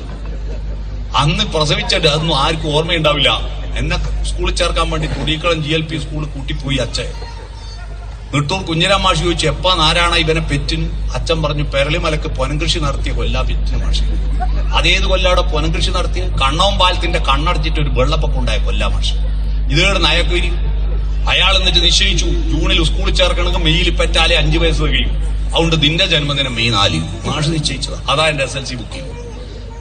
ഞാൻ ഫേസ്ബുക്ക് അക്കൗണ്ട് തുടങ്ങുമ്പോൾ ഡേറ്റ് ഓഫ് ബർത്ത് കൊടുക്കണ്ടേ? ഞാൻ മെയ് 4 കൊടുത്ത്. ഇപ്പൊ മെയ് 4-ാം തീയതി എനിക്ക് ഇങ്ങനെ വരും, ഹാപ്പി ബർത്ത്ഡേ. ഞാനത് മുഴുവൻ മരിച്ചുപോയ നെട്ടൂർ കുഞ്ഞിരാം മാഷയുടെ പാതാരവിന്ദങ്ങളിലേക്ക് ഫോർവേഡ് ചെയ്തു. കാരണം അത് അയാൾ നിശ്ചയിച്ച നക്ഷത്രമായിരുന്നു നമ്മുടേത്. ഈ നക്ഷത്രം വെച്ചിട്ടുള്ള ഒരു കണക്കിലൊരു പ്രശ്നം വന്നു, അറിയോ നിങ്ങൾ? നക്ഷത്രങ്ങൾ വെച്ച് നോക്കുമ്പോ എന്താ പ്രശ്നം എന്ന് പറഞ്ഞാല് 27 നക്ഷത്രത്തേ ഉള്ളൂ, 27 ദിവസമേ ഉള്ളൂ നമുക്കൊരു മാസം. 12 മാസവും 27 ദിവസവും കൂടി 324 ദിവസം എത്തൂ. നമ്മളെ ഭൂമി സൂര്യനെ ചുറ്റുന്ന മണ്ഡലം പൂർത്തീകരിക്കാം. മണ്ഡലം എന്ന് പറഞ്ഞാൽ വട്ടം പൂർത്തീകരിക്കണമെങ്കിൽ എത്ര ദിവസം വേണം? 365 ദിവസം വേണം. നമ്മളെ കയ്യിൽ 324 ഉള്ളൂ. അപ്പൊ എത്ര ദിവസത്തിന്റെ കുറവുണ്ട് മണ്ഡലം പൂർത്തീകരിക്കാൻ? 365 കിഴിക്കണം 324 സമം 41. അതാ മണ്ഡലമാസം. മനസ്സിലായോ? മണ്ഡലം കംപ്ലീറ്റ് ആക്കുന്ന മാസം മണ്ഡലമാസം. 41 ദിവസം വന്നതിന്റെ കണക്ക് അങ്ങനെയാ. ആ നക്ഷത്രം നോക്കിയിട്ട് 28ാമത്തെ ദിവസം പേര് വിളിക്കുമ്പോ പാല് കൊടുക്കുമ്പോ അരയിലൊരു നൂല് കെട്ടുമല്ലോ. എന്തിനാ ഈ നൂല് കെട്ടുന്നത്? ഞാൻ ഈ ആധ്യാത്മിക പ്രഭാഷകന്മാരോട് സ്വാമിമാരോടെല്ലാം പലരോട് ചോദിച്ചു, ഈ അരയിലെ നൂലെന്തിനാ കെട്ടുന്നു? ആരും ഒരു മറുപടി കിട്ടിയില്ല കേട്ടോ. അതെല്ലാരും കെട്ടുന്ന കൊണ്ട് നമ്മൾ കെട്ടുന്നു, അത്ര തന്നെ. അല്ല, എന്താണെന്ന് അന്വേഷിച്ചിട്ട് ഞാൻ പാട്യം പഞ്ചായത്ത് വയോജന സംഗമത്തിൽ ഈ ചോദ്യം ചോദിച്ചപ്പോൾ റിട്ടയർഡായ സാവിത്രി ടീച്ചർ പറഞ്ഞു, ആരും ഉത്തരം പറഞ്ഞിട്ടില്ലെങ്കിൽ എനിക്ക് തോന്നുന്ന ഒരു ഉത്തരം പറഞ്ഞുതരാം. എന്താ? കുഞ്ഞിനെ ഗർഭം ധരിക്കുന്ന അമ്മ, പ്രസവിക്കുന്നത് അമ്മ, മുലയൂട്ടുന്നത് അമ്മ, എല്ലാം ചെയ്യുന്ന അമ്മ മാത്ര. പക്ഷെ കുട്ടി അമ്മേന്റെ മാത്രമല്ലല്ലോ, അച്ഛന്റെ കൂടിയല്ലേ. അപ്പൊ അച്ഛനൊരു പരാതി വേണ്ടെന്ന് വിചാരിച്ചിട്ട് 28ാമത്തെ ദിവസം കുട്ടീനെ പാർട്ടീഷൻ ചെയ്ത് 2 ആക്കിയിട്ട് നടുക്കൊരു അതിരിടുന്നത്. പകുതി അച്ഛന് പകുതി അമ്മ. അതിനാണ് ഈ അരയില നൂല് കിട്ടുന്നത്. അതൊന്നുമല്ല. നൂലെന്ന് പറയുന്നത് ഒരു പ്രതീകമാണ്. നമ്മുടെ ഭാഷകളെല്ലാം ചിഹ്നങ്ങളെല്ലാം പ്രതീകമല്ലേ. ചക്ക എന്ന് പറഞ്ഞാൽ ചക്കേന്റെ ഒച്ചയല്ലല്ലോ, എന്നാലും ചക്ക എന്ന് പറഞ്ഞാൽ നിങ്ങൾക്ക് മനസ്സിലാവുന്നില്ലേ? ചക്ക എന്ന് ബോർഡിൽ എഴുതിയ ചക്കേന്റെ ചിത്രമല്ലോ, എന്നിട്ട് ചക്കയാ നിങ്ങൾക്ക് മനസ്സിലാവുന്നില്ലേ? അതുപോലെ ചരടെന്ന് പറയുന്നത്, നൂലെന്ന് പറയുന്ന ഒരു പ്രതീകമാണ്. നൂല് പിരിച്ച് പിരിച്ച് പിരിച്ച് നീട്ടാവുന്നതാണ്. സംസ്കാരവും അത് തന്നെ. നമ്മുടെ സംസ്കാരം ഞാൻ ഒറ്റക്ക് പിരിച്ചുണ്ടാക്കിയതല്ല. എന്റെ അച്ഛനും അമ്മയും പിരിച്ചതിന്റെ ബാക്കിയാ ഞാൻ പിരിക്കുന്നേ. ഞാൻ പിരിച്ചതിന്റെ ബാക്കിയാ എന്റെ മക്കള് പിരിക്കുന്നേ. തലമുറ കൈമാറിയിട്ട് ഞാനിപ്പോ നിങ്ങളോട് പറയുന്ന മലയാള ഭാഷ 9ാം നൂറ്റാണ്ടിലെ മാമ്പള്ളി ലിഖിതം മുതൽ എത്ര കവികളും സാഹിത്യകാരന്മാരും പണ്ഡിതന്മാരും തൂലികത്തുമ്പിലൂടെ, നാരായത്തുമ്പിലൂടെ, പേനത്തുമ്പിലൂടെ, നാവിൻതുമ്പിലൂടെ കൊണ്ടുവന്നിട്ട് ഉള്ള ഭാഷയാണ് ഈ ഭാഷ. ഈ ഭാഷ ഞാൻ ഒറ്റക്കുണ്ടാക്കിയതല്ല. അത് പിരിച്ചു പിരിച്ച് തലമുറകൾ നീട്ടിയതാണ്. അത് സംസ്കാരത്തിന്റെ പ്രതീകമാണ്. ആ സംസ്കാരം കൊണ്ട് ശരീരത്തെ പിടിച്ചു കെട്ടുക. മോനെ, നീ കണ്ടെടുത്ത് വിസർജിക്കരുത്, കണ്ടെടുത്ത് പോയി തിന്നരുത്, കണ്ടാളോട് തിണചേരരുത്. ശരീരത്തെ പിടിച്ചു കെട്ടുന്നു, മനസ്സിന്റെ ഭാവനകൾ ഉണർത്തുന്നു. അന്നു മുതൽ രക്ഷകർത്താവിന്റെ വീട്ടുകാരുടെ നാട്ടുകാരുടെ ജോലി അവന്റെ ശരീരത്തിന് തിന്നാൻ കൊടുക്കലുമല്ല, അവന്റെ മനസ്സിന്റെ ഭാവനകൾ വളർത്തലാണ്. അതാണ് നമ്മുടെ മനുഷ്യന്റെ രക്ഷകർത്തൃത്വം. ശരീരത്തിന് തിന്നാൻ കൊടുക്കുന്ന നട്ടക്കച്ചവട മനുഷ്യന് കൊടുത്താൽ ആടിനെ പോറ്റിയ ഇറച്ചി വെക്ക, കോയിനെ പൊറ്റിയ ഇറച്ചി വെക്ക, പശുവിനെ പൊറ്റിയ കറന്നു വെക്ക. നമ്മളെ മക്കളെ കറന്നു വെക്കാൻ പറ്റും? വിഷുവ വരാൻ പോകുന്ന മോനെ, ഇറച്ചിക്കെല്ലാം ഭയങ്കര വലിയ നല്ലോണം തിന്നൂട്, ചന്തി മുതലേ ശരിയാലോ തിന്നൂട്. പറ്റുമോ? ഇല്ല, പറ്റില്ല. അതുകൊണ്ട് മനസ്സിനെ ഉണർത്തുക, മാംസത്തിൽ നിന്ന് മനസ്സിനെ ഉണർത്തുക. പാട്ട് കേട്ടില്ലേ? മനസ്സിനെ മാംസത്തിൽ നിന്നുയർത്തേണമേ മലയിൽ വാഴും ഭഗവാനേ എന്ന്. ഈ മാംസപ്രചോദിതമായ ശരീരത്തിൽ നിന്ന് മനസ്സിന്റെ, ഹൃദയത്തിന്റെ, സ്വപ്നങ്ങളുടെ, ഭാവനകളുടെ, ആർദ്രതകളുടെ, സൗന്ദര്യബോധത്തിന്റെ, തത്വശാസ്ത്രത്തിന്റെ, അറിവിന്റെ ലോകത്തേക്ക് ഉണർത്തുന്നതാണ് നമ്മുടെ വീട്. അപ്പോ മനസ്സ് ഗുരുവും ശരീരം ലഘുവുമായപ്പോ ഇവിടുന്ന് മൂത്രയിക്കാൻ മുട്ടിയാൽ ശരീരത്തോട് മനസ്സ് പറയും, നിക്ക്, കുറച്ചുകൂടി കേട്ട് ഈ പ്രസംഗം കൂടി കഴിഞ്ഞിട്ട് നമുക്ക് പോവാ. മനസ്സ് പറയില്ലേ? വിശക്കുമ്പം പറയും, ഇവിടെ എഴുതി നല്ല ഹോട്ടലില്ല, നമുക്ക് വീട്ടിലെത്തിയിട്ട് തിന്നാം, പറയില്ലേ? മനസ്സ് ശരീരത്തെ നിയന്ത്രിക്കണം. പക്ഷേ ഇപ്പൊ അടുത്ത കാലത്ത് ഉണ്ടായ ഒരു പുതിയ പ്രശ്നം, ആമയും മുയലും പന്തയം വെച്ച പോലെയുള്ള ഒരു അവസ്ഥയുണ്ട്. എന്താ? ഈ കഥ കേൾക്കാത്ത ആരുമില്ല. ആമയും മുയലും പന്തയം വെച്ച കഥ കേൾക്കാത്ത ലോകത്ത് ഒരു കുട്ടിയില്ല. മുയല് കുതിച്ചോടി തിരിഞ്ഞു നോക്കുമ്പോ ആമ വളരെ പറയില്ല. നേരത്തെ എത്തിയിട്ട് 2 മെഡലൊന്നും കിട്ടാൻ പോകുന്നില്ല, എന്തിനാ പിന്നെ നേരത്തെ പോകുന്നത്? ഒന്ന് വിശ്രമിച്ചു പോവാ. വിശ്രമിച്ച് ഉറങ്ങിപ്പോയി.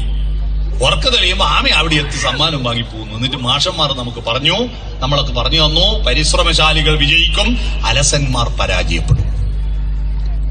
കഥ എവിടെ തീർന്നു? പക്ഷെ ആ കഥയെ നമുക്കൊന്ന് മാറ്റിപ്പിടിക്കാം. ഈ ശരീരം എന്ന് പറയുന്ന ആമയാണ്, മനസ്സെന്ന് പറയുന്ന മുയലാണ്. ശരീരമെന്ന ആമ വളരെ മെല്ലിയെ വളരൂ. മൃഗങ്ങളെ അപേക്ഷിച്ച് നമ്മുടെ ശരീരം മെല്ലിയല്ലേ വളരുന്നുള്ളൂ. ഒരു പശു പ്രസവിച്ച പശുക്കുട്ടി 1/2 മണിക്കൂർ കൊണ്ട് എഴുന്നേറ്റ് ഓടൂലേ? നിങ്ങൾ ആരെങ്കിലും പറ്റിട്ട് 1/2 മണിക്കൂർ കൊണ്ട് ഓടിയാ മക്കള്? 6 മാസം കഴിഞ്ഞിട്ടില്ലേ ദോശ മറിച്ചിടാൻ, കമിഴ്ന്ന് കിടക്കാൻ, കുമ്പിടാൻ? LKG അംഗനവാടി പോകുമ്പോ 3 വയസ്സാവൂലേ? 3ാമത്തെ വയസ്സിലെ പശുക്കുട്ടീനെ ചെന്ന് നോക്കിയാട്ടെ, പെറ്റിട്ടൊരു അമ്മയായിട്ടുണ്ടോ നമ്മളെ കുട്ടിയോ?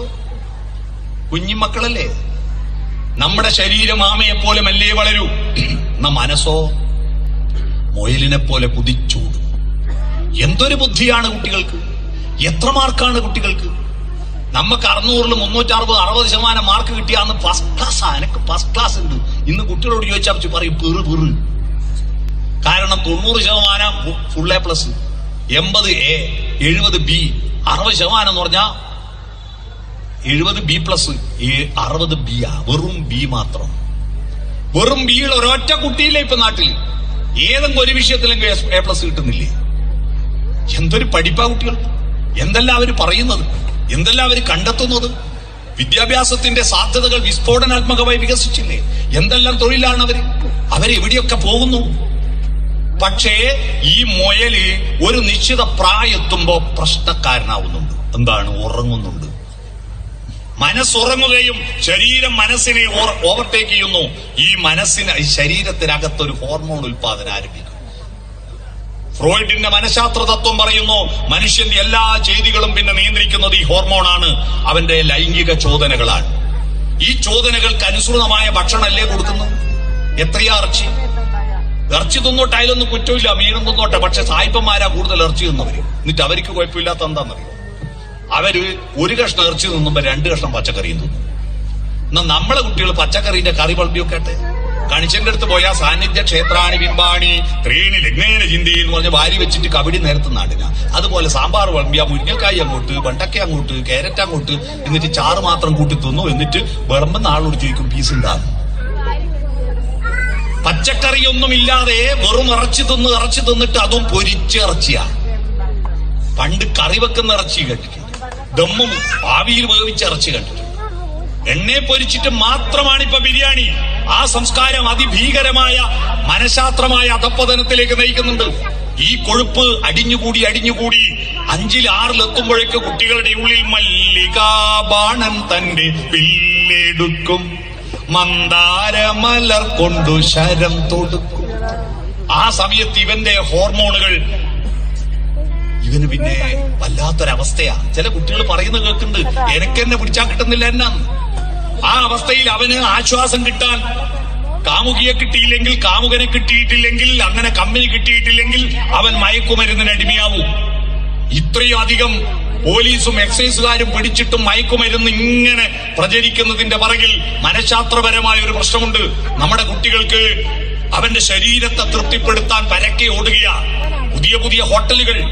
നമുക്കെല്ലാം പല പേരുണ്ടെങ്കിലും മരിച്ച ഒരു പേരേ ഉള്ളൂ, ശവം. എന്നാൽ കോഴിന്റെ ഭാഗ്യം നോക്കൂ, കോഴിക്ക് മരിക്കുന്നവര് ഒരു പേരേ ഉള്ളൂ, കോഴി. മരിച്ച 28 പേരുണ്ട്. Chicken kebab, chicken kadai, pepper chicken, ginger chicken, chicken 65, chicken പറന്നടിച്ച്. ഇത് മുഴുവൻ കുട്ടികൾ പുതിയ സാധ്യതകൾ, ചിക്കന്റെ സാധ്യതകൾ തേടി പോകുന്നു.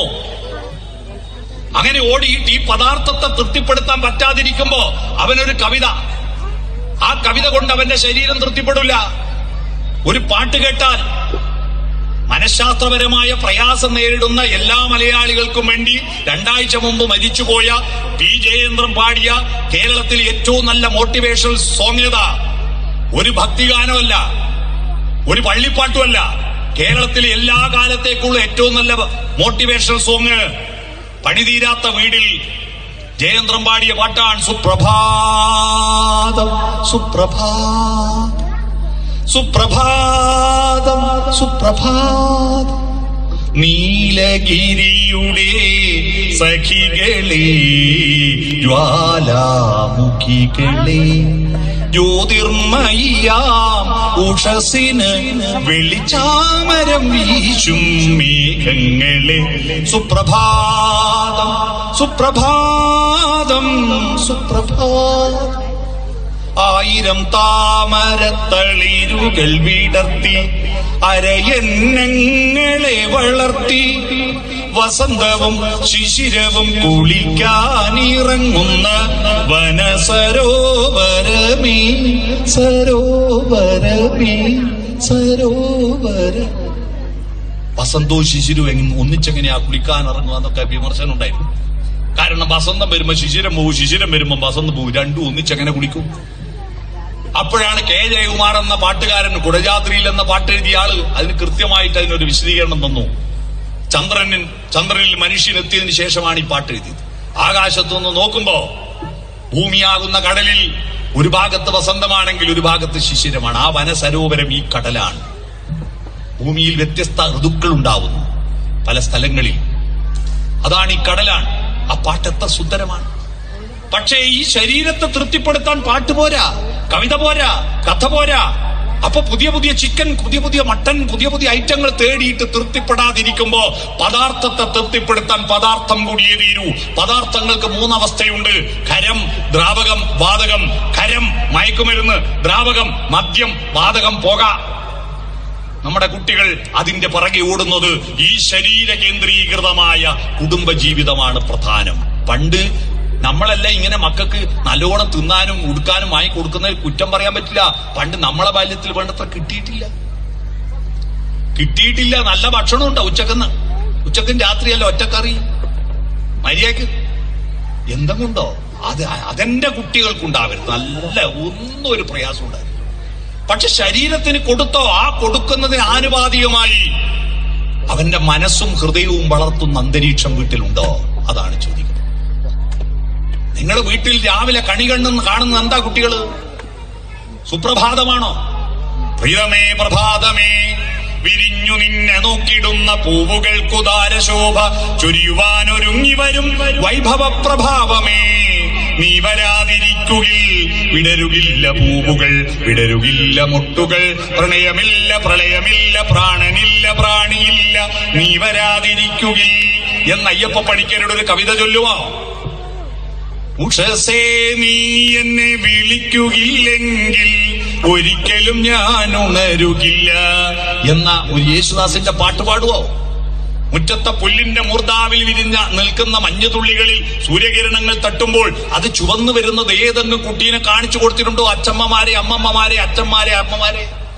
അത്ഭുതം, അവിടെ ദൈവമുണ്ട്. ഉഷാകിരണങ്ങൾ പുൽകി പുൽകി തുഷാരബിന്ദുവിൻ വദനം ചുവന്നോ, പകലിൻ മാറി ദിനകരകരങ്ങൾ പവിഴമാലികകൾ അണിഞ്ഞു. ഒരു പാട്ട് പാടി കൊടുത്തിട്ടുണ്ടോ? രാവിലെ വരുമ്പോ തന്നെ പിലാമെന്ന് വീണ പഴഞ്ചക്ക പോലെ ആക്കിയിട്ട് മോന്ത ഇങ്ങനെ ആക്കിയിട്ട് എണീറ്റ് വരുമ്പോ ഒന്ന് പുഞ്ചിരിച്ചുകൊണ്ട് എൻ മന്ദഹാസം പുഞ്ചി ചന്ദ്രികയായെങ്കിൽ എന്നും പൗർണമി വിടർന്നേനെ. ഒരു പാട്ട് പാടി. എൻ മുഗ്ധരേണുക്കൾ പുഷ്പങ്ങളായെങ്കിൽ എന്നും മാധവമണിഞ്ഞേനെ. പാട്ടുപാടിയിട്ടുണ്ടോ? ഇതൊന്നുമല്ല. പ്രഭാതത്തെ കണി കാണൂല, വാതിൽ തുറക്കൂല. പണ്ടെല്ലാം രാവിലെ എണീറ്റ് ആദ്യത്തെ പണി വാതിൽ തുറക്കല. ഇപ്പോ ഞാൻ കഴിഞ്ഞത് ഒരു സദസ്സ് ചോദിച്ചു, രാവിലെ എണീറ്റ് ആദ്യത്തെ പണി എന്താ? വാതിൽ തുറക്കലെന്ന് ആരെങ്കിലും പറയുന്നു വിചാരിച്ചിട്ടാ ചോദിച്ചത്. ഇപ്പൊ ഞാൻ ചോദിക്കലില്ല അത്. കാരണം ഒരു മറുപടി കേട്ടോട് മതിയായിരുന്നു. ഒരുത്തൻ എണീറ്റ് എന്ന് പറഞ്ഞു, രാവിലെ എണീറ്റ് ആദ്യത്തെ പണി ലുങ്കി തപ്പലാണ്.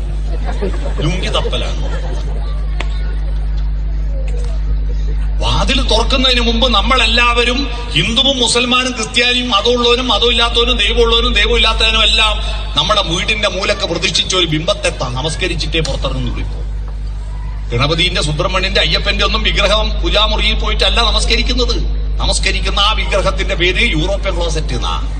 ആടെ പോയി നമസ്കരിച്ചിട്ടേ പുറത്താ കണി കാണുന്ന. പിന്നെ ഈടുന്ന നന്നാവുക. ഒരു പ്രകാശത്തെ, പ്രഭാതത്തെ, പ്രകൃതിയെ കണി കാണണ്ടേ? പ്രഭാതമില്ലാതെ ഒരു ദൈവം, ഒരു പ്രാർത്ഥനയുണ്ടോ? ഒരു ഭക്തിയുണ്ടോ? സുപ്രഭാതം പൊട്ടിവിടർന്നു ഉഷസന്ധായകഗിരിയിൽ. പ്രഭാതമായി രാവിലെ തന്നെ ശ്രീരാമനെ വിശ്വാമിത്രൻ വിളിച്ചുണർത്തിയ ശബ്ദം കേട്ടിട്ടുണ്ടോ? എന്താണത്? വിശ്വാമിത്രൻ വിളിച്ചുണർത്തിയ ശബ്ദം.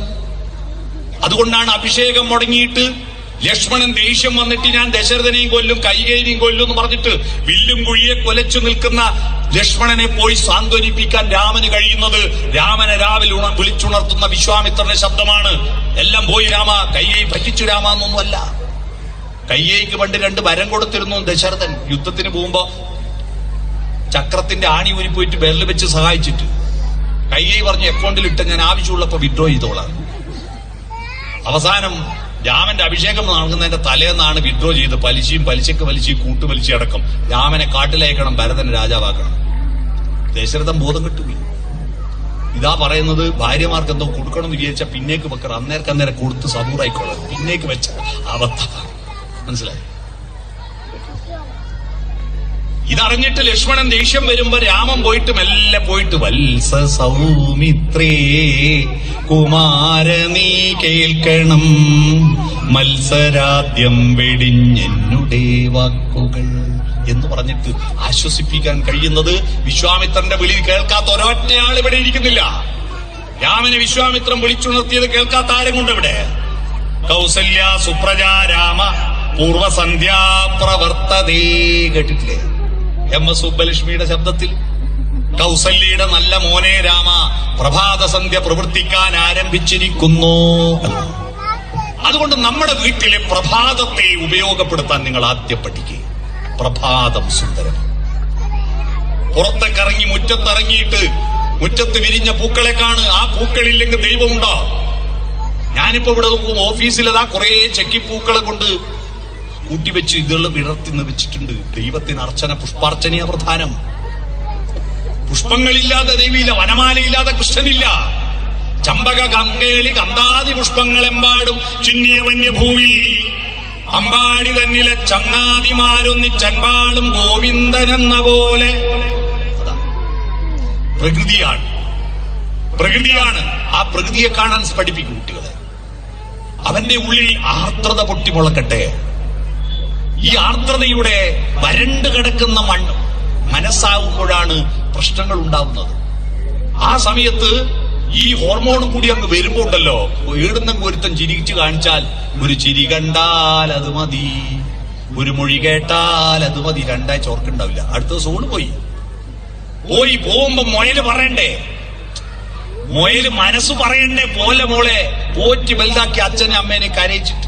അച്ഛനും അമ്മേന്റെ സ്നേഹവും മറ്റുള്ളവരുടെ സ്നേഹവും തമ്മിൽ അടിസ്ഥാനപരമായ ഒരു മാറ്റമുണ്ട് കേട്ടോ, വ്യത്യാസമുണ്ട്. ചെറുപ്പക്കാരിൽ അങ്ങ് ഗ്രൗണ്ടിലുള്ളത് നിങ്ങൾ വീട്ടിൽ പോയി പറഞ്ഞു കൊടുക്കണം അവരോട്. എന്താ മാറ്റം, വ്യത്യാസം? മറ്റെല്ലാവരും നമ്മളെ കണ്ടതിന് ശേഷമാണ് സ്നേഹിക്കാൻ തുടങ്ങിയത്. അച്ഛനമ്മമാർ നമ്മളെ സ്നേഹിക്കാൻ തുടങ്ങിയത് നമ്മൾ ഈ ഭൂമിയിൽ ജനിക്കുന്നതിന് 5-8 മാസം മുമ്പ് സ്നേഹിക്കാൻ തുടങ്ങിയവരല്ലേ അവര്. അന്നു മുതൽ അവർ സ്വപ്നങ്ങൾ മെനയുന്നു. അവസാനം ആ 10 മാസം വയറ്റിൽ കുഞ്ഞിലിട്ട് നടക്കുമ്പോ ആ അച്ഛനും അമ്മയും കുട്ടികളെ പോറ്റുന്നതും മനസ്സിലാണെന്ന് അറിയണം മക്കളെ. മനസ്സിൻ മടിയിലെ മാന്തളിരിൽ മയങ്ങോ മണിക്കുരുന്നേ. ഒരു കുട്ടി വളരുന്നത് അമ്മയുടെ മടിയിലല്ല, വീട്ടിന്റെ തൊട്ടിലല്ല, അച്ഛന്റെ അമ്മയുടെയും മനസ്സിലാ. സ്വപ്നങ്ങളായിട്ട് വളരുക. ആ കുട്ടി വേദന അനുഭവിച്ച് പ്രസവിച്ച ആ സ്ത്രീ ആ കുട്ടിയെ ശ്രദ്ധിക്കുന്ന ശ്രദ്ധ കണ്ടിട്ടുണ്ടോ? എന്റെ അമ്മോ, എന്തൊരു അത്ഭുതമാണ്. ഇതങ്ങാറ്റ ഒരു ഒറ്റ കൊല്ല ആണുങ്ങൾ ഏൽപ്പിച്ചതിന് ഒരൊറ്റ കുട്ടികൾ ബാക്കിയാവില്ല. ബാക്കിയാവും. ഒറ്റ കൊല്ലം പ്രസവവും കുട്ടിയെ നോക്കലും ആണുങ്ങൾ ഏൽപ്പിക്കും. എന്നെ കൊണ്ടാവില്ലെന്ന് പറയില്ലേ, എന്നെ കൊണ്ടാവില്ലെന്ന് പറയും. അതെന്തൊരു ശ്രദ്ധയാണ്. ഈ സ്ലോ മോഷൻ എന്ന് പറയുന്നത് കണ്ടുപിടിച്ച തന്നെ ഈ അമ്മമാരുടെ ചലനം കൊണ്ടാ. പുലിമുരുകനില്ലാവില്ല ഇത്ര സ്ലോ മോഷൻ.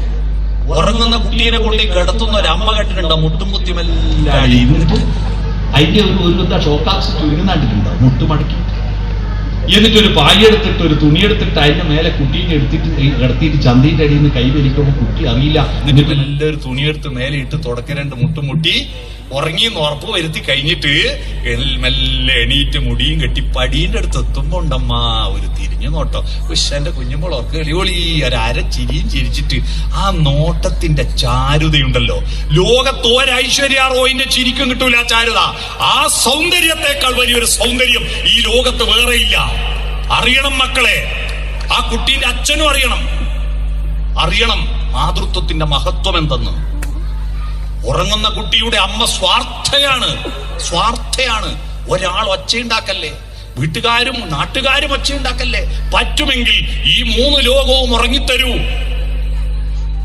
എന്നുണ്ണിക്കണ്ണനുറങ്ങാൻ മൂലോകം മുഴുവനുറങ്ങ് ഉണ്ണീവാവാ.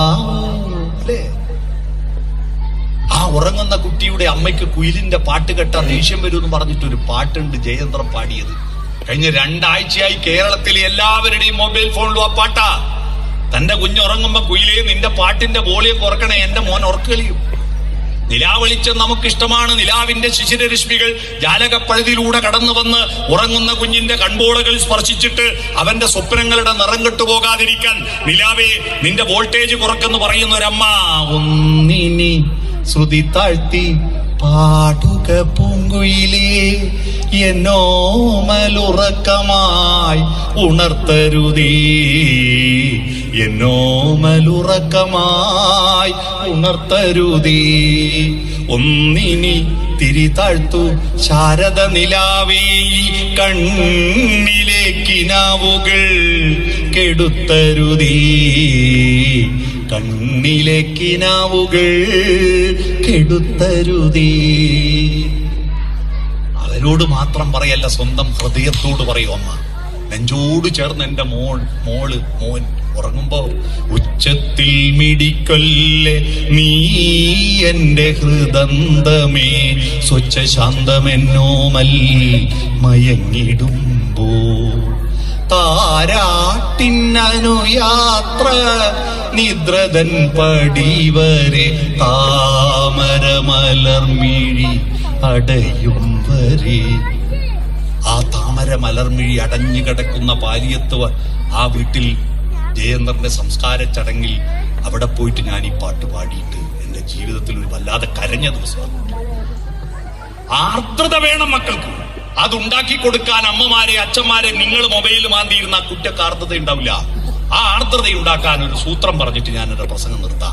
ഈ ആർദ്രതയായിട്ട് അടിത്തട്ടിലെ ഭക്തിയും കവിതയും ധാർമ്മികതയും മൂല്യബോധവും ഒക്കെ ഉണ്ടാവും.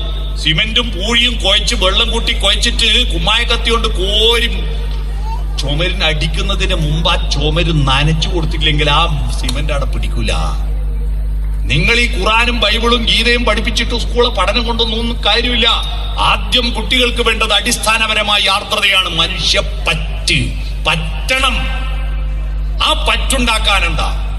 നിങ്ങളുടെ കമ്മ്യൂണിക്കേഷൻ, നിങ്ങളുടെ വീട്ടിലുള്ള കമ്മ്യൂണിക്കേഷൻ, നിങ്ങളുടെ കുടുംബങ്ങളും സുഹൃത്തുക്കളും മക്കളുമായിട്ടുള്ള ആശയവിനിമയം, സോഫ്റ്റനായ ബന്ധങ്ങൾ ഉണ്ടാക്കിയെടുക്കണം. നമുക്ക് കഠോര ബന്ധങ്ങൾ വേണ്ട. രാവിലെ തന്നെ കുട്ടികൾക്ക് അട്ടഹാസങ്ങൾ വേണ്ട. അട്ടഹാസം കാട്ടാളനാണല്ലോ. കാട്ടാളന് നിഷാദൻ എന്നല്ലേ പറയാ. മാ നിഷാദ, അരുത് കാട്ടാള. നിഷാദം എന്നൊരു ശബ്ദമുണ്ട് സപ്തസ്വരങ്ങളിൽ. ഷഡ്ജം, ഋഷഭം, ഗാന്ധാരം, മധ്യമം, പഞ്ചമം, ദൈവതം, നിഷാദം ഉച്ചസ്ഥായി ശബ്ദമാ. നിഷാദം. മക്കളെ രാവിലെ വിളിക്കുന്ന ഒച്ച എന്താ? നിഷാദമാണ്. എന്താ? സ്കൂൾ ബസ് വരുന്ന സമയമായി, ചെക്കൻ എണീറ്റിട്ടില്ല, ഇവിടെ അടുപ്പത്തൊന്നും ആയിട്ടില്ല. രാവിലെ തന്നെ അട്ടഹാസം, കാട്ടാളത്തെ ഉണർത്തുന്നത്.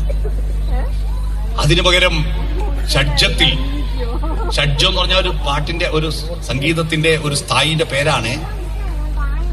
കഴിഞ്ഞ ദിവസം ഞാൻ പരിപാടി കഴിഞ്ഞിട്ട് പോകുമ്പോ ഷഡ്ജത്തെ പറ്റി പറഞ്ഞിട്ട് ഒരാള്, ഞാൻ ഇങ്ങനെ കാറിൽ ഇങ്ങനെ പോകുമ്പോ പറഞ്ഞു, അയാളെന്തോ ഷഡ്ഡിന്റെ കാര്യമെല്ലാം പറഞ്ഞിട്ട്. ഇയാള് മനസ്സിലാക്കി തെറ്റിദ്ധരിക്കരുത്, അതുകൊണ്ടാണ് ഞാൻ പറഞ്ഞത്. ഷഡ്ജത്തിൽ പാലാഴിത്തൂമങ്കി പൂനിലാവിൽ തേരിറങ്ങി നീവാ. ജയന്ദ്രന്റെ ഒരു പാട്ട. മോനെ മോളേന്ന് വിളിച്ചൂടെ? ഇങ്ങോട്ട് അടുത്തു പോയി ഇരുന്ന് വിളിച്ചൂടെ? ആ നാദത്തിലൂടെ കുട്ടികളെ ഉണർത്തിക്കൂടെ? അതുകൊണ്ട് നിങ്ങളുടെ വീട്ടിൽ ചപ്പാത്തിയും ഇഡലിയും സോഫ്റ്റനാക്കിയാ പോരാ. ബന്ധങ്ങൾ സോഫ്റ്റനാക്കാൻ സോഫ്റ്റന്റെ സ്പെല്ലിംഗ് ഉണ്ട്. SOFTEN. ആ സ്പെല്ലിങ്ങിന് ഓരോ അക്ഷരത്തിന് ഓരോ വാക്ക് ഞാൻ പറഞ്ഞുതരാം, അത് ഓർമ്മിക്കുക. ഇനി യെസ് എന്ന് പറഞ്ഞാൽ സ്മൈൽ, പുഞ്ചിരിക്കുക എന്നതാണ്. പുഞ്ചിരിക്കാൻ അറിയുന്ന ഒരേ ഒരു ജന്തു മനുഷ്യനാണ്. പക്ഷി മൃഗാദികളൊന്നും പുഞ്ചിരിക്കാറില്ല. നമ്മൾക്ക് പുഞ്ചിരിക്കണം. പുഞ്ചിരിച്ചുകൊണ്ട് കുട്ടികളെ വിളിക്കും. സ്മൈൽ. പ്രസാദം വദനത്തിങ്കൽ കാരുണ്യം ദർശനത്തിലും മാധുര്യം വാക്കിലും ചേർക്കൂ. പുഞ്ചിരിക്കുക. ഹൃദയം തുറക്കൂ. Open heard. വീട്ടിൽ വട്ടത്തിലിരുന്ന് ഹൃദയം തുറന്ന് സംസാരിക്കാറുണ്ടോ നിങ്ങൾ? അഥവാ സംസാരിക്കുന്നത് ഇതെല്ലാം നെഗറ്റീവ് അല്ലേ? അതാരാ റോഡുമല പോകുന്നത്? ആ കുഞ്ഞിനാ മട്ടം, വേറും വൃത്തിയാട്ടോനാ. പിന്നെ ദേവിയെടുത്തി, അയ്യോ പെണ്ണുങ്ങൾ മഹാവത്താട്ടോ. പഞ്ചായത്ത് മെമ്പർ ചുക്കിനും കൊള്ളൂല. പ്രസിഡന്റ് മഹാബോക്ക്. MLA ഒന്നിനും കൊള്ളൂല. മന്ത്രിമാരുള്ള ഭക്ഷണന്മാർ, മുഖ്യമന്ത്രി ഭീകരൻ, പ്രധാനമന്ത്രി അയിലും ഭീകരൻ. എല്ലാരും മോശ. ലോകത്തൊരാളെ ഉള്ളൂ നല്ല. അതാരാ? ഞാൻ മാത്രം. ഇത് കേട്ട് കേട്ട് കേട്ട് നമ്മുടെ കുട്ടികളിൽ ഉണ്ടാകുന്ന ഭാവം, I am okay, you are not okay. ഞാൻ മാത്രം ശരി, നിങ്ങളൊന്നും ശരിയല്ല. ഈ ഒരു ഭാവത്തിന്റെ പേരിൽ കഴിഞ്ഞ വർഷം കേരളത്തിൽ 4217 മരിച്ചേറിയോ നിങ്ങൾ? ഉണ്ടക്കൈയിലും ചൂരൽമലയിലും ഉരുൾപൊട്ടലിൽ മരിച്ചത് കേവലം 400. എന്നാൽ 2024 കേരളത്തിൽ 4217 മരിച്ച ദുരന്തം അറിയുമോ? റോഡ് അപകടങ്ങളിൽ മരിച്ചത് 4217 ആ മരിച്ചവരെല്ലാം വഴിപോകുന്ന യാത്രക്കാരും മറ്റൊക്കെയാണ്. എന്തുകൊണ്ടാ മരിച്ചത്? വണ്ടിയുടെ ടയർ പൊട്ടിയിട്ടല്ല, ബ്രേക്ക് കയ്യിലായിട്ടല്ല, ഗിയർ ബോക്സ് സ്റ്റക്കായിട്ടല്ല. വണ്ടികളല്ല ഇപ്പൊ നല്ല വണ്ടിയാണ്. ഇത് ഓടിക്കുന്നവന്റെ അഹന്ത കൊണ്ടാണ് ഇത് മുഴുവൻ ഉണ്ടായത്. അഹന്തയും അശ്രദ്ധയും. നമ്മുടെ ഞാൻ ഈ റോഡിൽ എന്റെതാ. ഈ 4217 287 മരിച്ചത് ഡിമ്മ് കൊടുക്കാഞ്ഞിട്ട്, കണ്ണടഞ്ഞു പോയിട്ട്, മതിലിന് പോയി അടിച്ചിട്ടും കുഴിയിൽ പോയി മറിഞ്ഞിട്ടുമാണ്. മുമ്പിൽ വന്ന ആള് നടക്കുന്നത് കാണാതെ അടിച്ചിട്ടാണ് 287 മരിച്ചത്. എതിരെ വരുന്ന വണ്ടി ഡിമ്മ് കൊടുക്കാൻ. ഡിമ്മ് കൊടുക്കണമെങ്കിൽ അങ്ങ് മോന്റെ വീട്ടിൽ നിന്ന് പോയിട്ട് കൊണ്ടിട്ട് കൊടുക്കുന്നു വേണ്ട. ഓടിച്ചുകൊണ്ടിരിക്കുമ്പോ കൈയുടെ വിരൽ ഇങ്ങനെയാക്കിയ ഡിമ്മായി. അതിങ്ങനെയാക്കാൻ മനസ്സില്ല. എന്റെ ലൈറ്റിൽ വേണമെങ്കിൽ മാറി ഇന്ന് പോയിക്കടാ, ഞാനിതാ രാജാ വീഴുന്നുള്ളൂ എന്ന് പറഞ്ഞ അഹന്തയുമായിട്ട് LED ബൾബും പിടിപ്പിച്ചിട്ട് എതിരെ വരുന്ന ആളെ മുഴുവൻ കണ്ണടിച്ച് വണ്ടി ഓടിക്കുന്ന 90% ഡ്രൈവർമാരാണ് ഈ 287 മരണത്തിന്റെ മഹാഭാവികൾ. ഓർക്കണ്ടേ? മഹാഭാവികളാണ്. നിങ്ങളുടെ ഡിബ് കൊടുക്കായിട്ട് എത്ര മരണം നടന്നിട്ടുണ്ടാവും? ഇത്രയും വിദ്യാഭ്യാസം ഉണ്ടായിരിക്കും. എന്തുകൊണ്ട് യാത്ര ചെയ്യുന്നില്ല? I am okay, you are not okay. പിന്നെ എപ്പോഴും കുട്ടികളെ പ്രാക്ക്, എന്തിനും കുറ്റപ്പെടുത്തിയിട്ട് കുട്ടിക്ക് തോന്നും I am not okay, you are okay. എന്നെയൊന്നിനും കൊള്ളൂല, നിങ്ങളെല്ലാം വലിയ ആളാ. അപകർഷതാബോധം. മൂന്നാമത്തെ ഒരു ടീമുണ്ട്, I am not okay, you are not okay. ഞാനും പോക്കാം, നിങ്ങളും പോക്കാം. ശരി, നന്നാവില്ല. അവരാണ് കട്ട ചോര കൊണ്ട് ജ്യൂസ് അടിച്ച് സോഡാ സർബത്ത് കുടിക്കുക. പുരാണത്തിൽ കുംഭകർണൻ ചോര കുടിച്ച് കേട്ടിട്ടുണ്ട്, പക്ഷെ കട്ട ചോര കൊണ്ട് ജ്യൂസ് അടിച്ച് സോഡാ സർബത്തില്ല. ഇല്ലുമിനാട്ടി പാട്ട് പാടുന്നിട്ടില്ല. നമ്മുടെ കുട്ടികൾ ഭൂരിപക്ഷം ഇപ്പൊ അങ്ങനെയാ. I am not okay, you are not okay. ഞാനും പോക്ക, നിങ്ങളും പോക്ക, ഈ ലോകം മൊത്തം പോക്ക. നിങ്ങൾ എന്നെ നിങ്ങളെ നേരെയാക്കാൻ നോക്കണ്ട. ആരെങ്കിലും എന്തോ പറയാൻ തുടങ്ങി, എനിക്ക് തന്ത വൈബ് എന്ന് പറയും. തന്ത വൈബ് അതാ. ഇതൊരു ഭീകരമാണ്. അതിനു പകരം നമ്മുടെ കുട്ടികൾ സുഗതകുമാരി ടീച്ചറുടെ വരിയിൽ പറഞ്ഞതുപോലെ പരുക്കനാണ് ഈ ലോകം, പക്ഷേ ആരാമങ്ങളുമുണ്ട്. ഇവിടെ പൂന്തോട്ടങ്ങളുമുണ്ട്. ഇവിടെ I am okay, you are okay, ഞാനും കുഴപ്പമില്ല, നിങ്ങൾ കുഴപ്പമില്ല, എല്ലാം നല്ലതാണെന്ന ബോധ്യത്തിലൂടെ കൊണ്ടുവരാൻ നമ്മുടെ കുട്ടികളെ കഴിയാൻ, നമ്മുടെ കുടുംബ ബന്ധങ്ങളിൽ ആർദ്രത സൃഷ്ടിക്കാൻ ഓപ്പൺ ഹേഡ്, ഹൃദയം തുറന്നു സംസാരിക്കൂ. ഭക്ഷണം കഴിക്കുമ്പോഴെങ്കിലും മൊബൈൽ ഫോണും ടിവിയും കമ്പ്യൂട്ടറെല്ലാം ദൂരെ വെക്ക്. ടിവിയും തുറന്നു വെച്ചിട്ടാ തിന്നല്.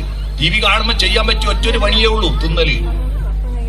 കുഞ്ഞുണ്ണി മാഷ് അതിന് കാരണം പറഞ്ഞിട്ടുണ്ട്. വായിലേക്കുള്ള വഴി കൈക്ക് കാണാ പാഠം, വായിൽ നിന്നുള്ള വഴി നാവിനു തെറ്റുന്നു മിക്കപ്പോഴും. വായിലേക്കുള്ള വഴി കൈക്ക് കാണാ പാടല്ലേ. രാത്രി നിങ്ങൾ ചോറ് തിന്നുകൊണ്ടിരിക്കുമ്പോൾ പെട്ടെന്ന് കരണ്ട് പോയി, ആരെങ്കിലും വായി കാണാൻ ചുറ്റി ചോറ് വാരി ചെവി കൊണ്ടുവച്ചു. വായിലേക്കുള്ള വഴി കൈക്ക് കാണാൻ പാടാ. അപ്പൊ ടി വി നോക്കിയിട്ട് ഇതിങ്ങനെ നടക്കും. അതിന്റെ ഇടയിൽ കൂറ വീണിട്ടുണ്ട്, മുളകാന്ന് വിരിച്ച് ചാരിച്ച് കൂട്ടുകയും ചെയ്യും.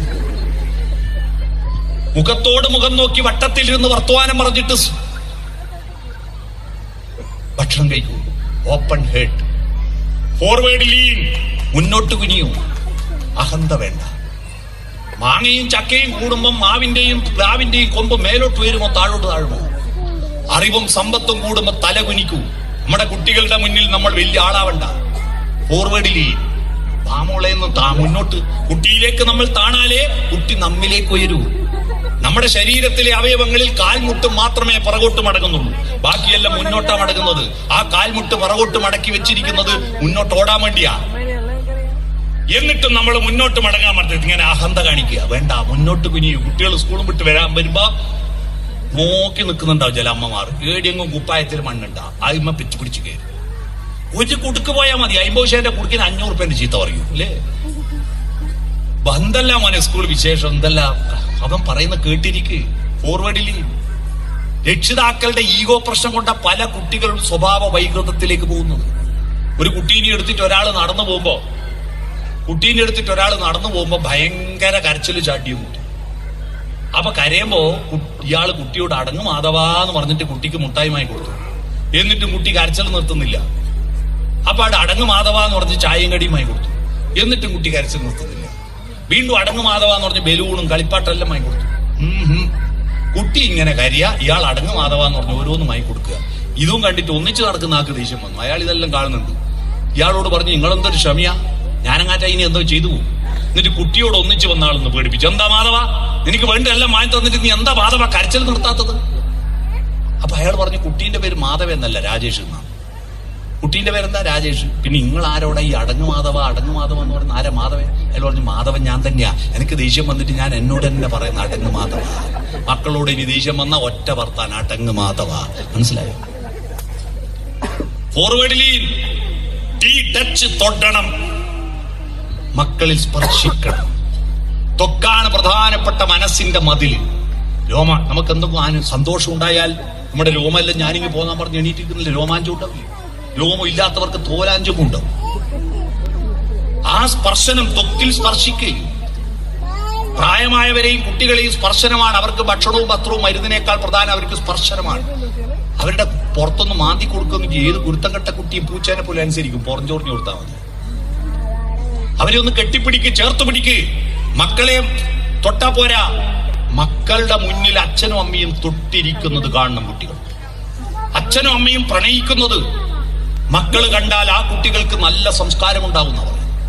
പരസ്പര ബഹുമാനത്തോടുകൂടി അച്ഛനും അമ്മയും പെരുമാറണം. പല വീട്ടിലും അച്ഛൻ ഏകാധിപതി, ഏകഛത്രാധിപതി, അമ്മ അടിമ. ഓ ചായ ചായ. അരവിന്ദന്റെ അതിഥികളൊന്നും സിനിമയിലുണ്ട്, വിജയരാഘവൻ ചായക്ക് പറയും. അതുപോലെ പല രക്ഷിതാക്കൾ ആണുങ്ങളും ഒരു പരസ്പര ബഹുമാനം വേണ്ട. എന്ത് ചാനയിൽ ആലോചിക്കുക ചില സ്ത്രീകളുടെ കാര്യം. ഒരിക്കൽ മാത്രം പെണ്ണ് കാണാൻ വന്നിട്ട് കുണ്ടിന്റെ പോന്തലിൽ തിരുമ്പിച്ചിന്റെ പേരെന്നാ എത്ര വരെ പഠിച്ചെന്ന് ചോദിച്ച ഒറ്റ ബന്ധത്തിൽ ഒരുത്തന്റെ വീട്ടിൽ പോയിട്ട് ജീവിതകാലം മുഴുവൻ താമസിക്കുന്ന പെണ്ണിനെ സമ്മതിക്കണം. കല്യാണം കഴിയുന്നതിന് മുമ്പ് ഒരു പെണ്ണും ഭർത്താവിന്റെ വീട് കാണുന്നുണ്ട്. എന്നാ ഭാര്യ വീട് കാണാണ്ട് കല്യാണം കഴിക്കുന്ന ഏതും കാണുന്നില്ല. ആടെയാവും താമസം. ഭാര്യ ഗൃഹേ പരമസുഖേ 10 ദിനെ പട്ടി സമയം എന്നൊരു ജോലിയോട് പോവില്ല. എൻ്റെ ഒരു സുഹൃത്തുണ്ട്, അവൻ പറഞ്ഞു ഒരു ദിവസം ഭാര്യ വീട്ടിൽ ഞാൻ അങ്ങനെയൊന്നും പോവില്ല. മാസത്തിൽ 2 പ്രാവശ്യം പോകും, പോയാൽ ഒരു 15 ദിവസം അവിടെ പോയി. മാസത്തിൽ 2 പ്രാവശ്യം പോകും, പോയാൽ ഒരു 15 ദിവസം. അതന്നെയാന്ന് പറയാൻ പഠിച്ചിട്ടാണ്.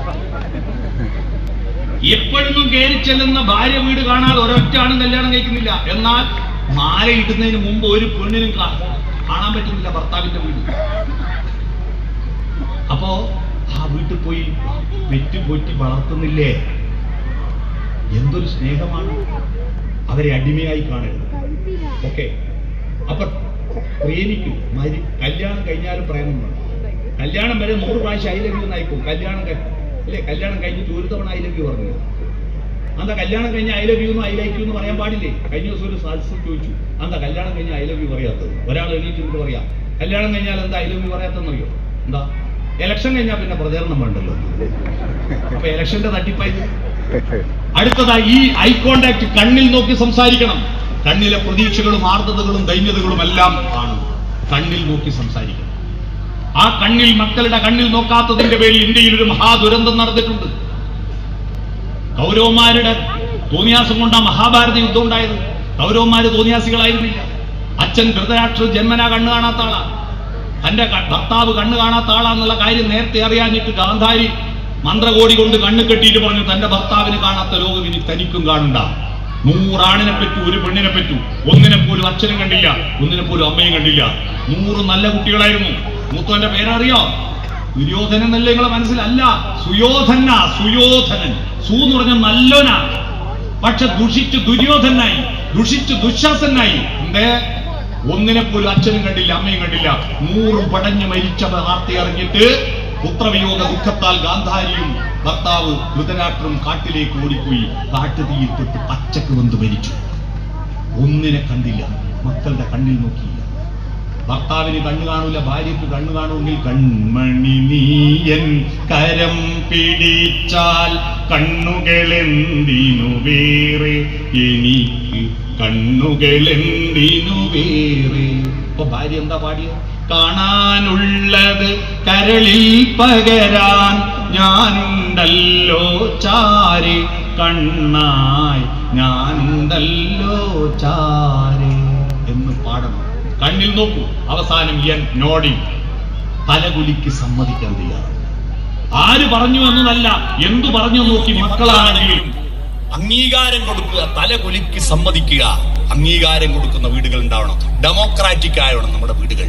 എല്ലാവർക്കും ബഹുമാനം കൊടുക്കണം.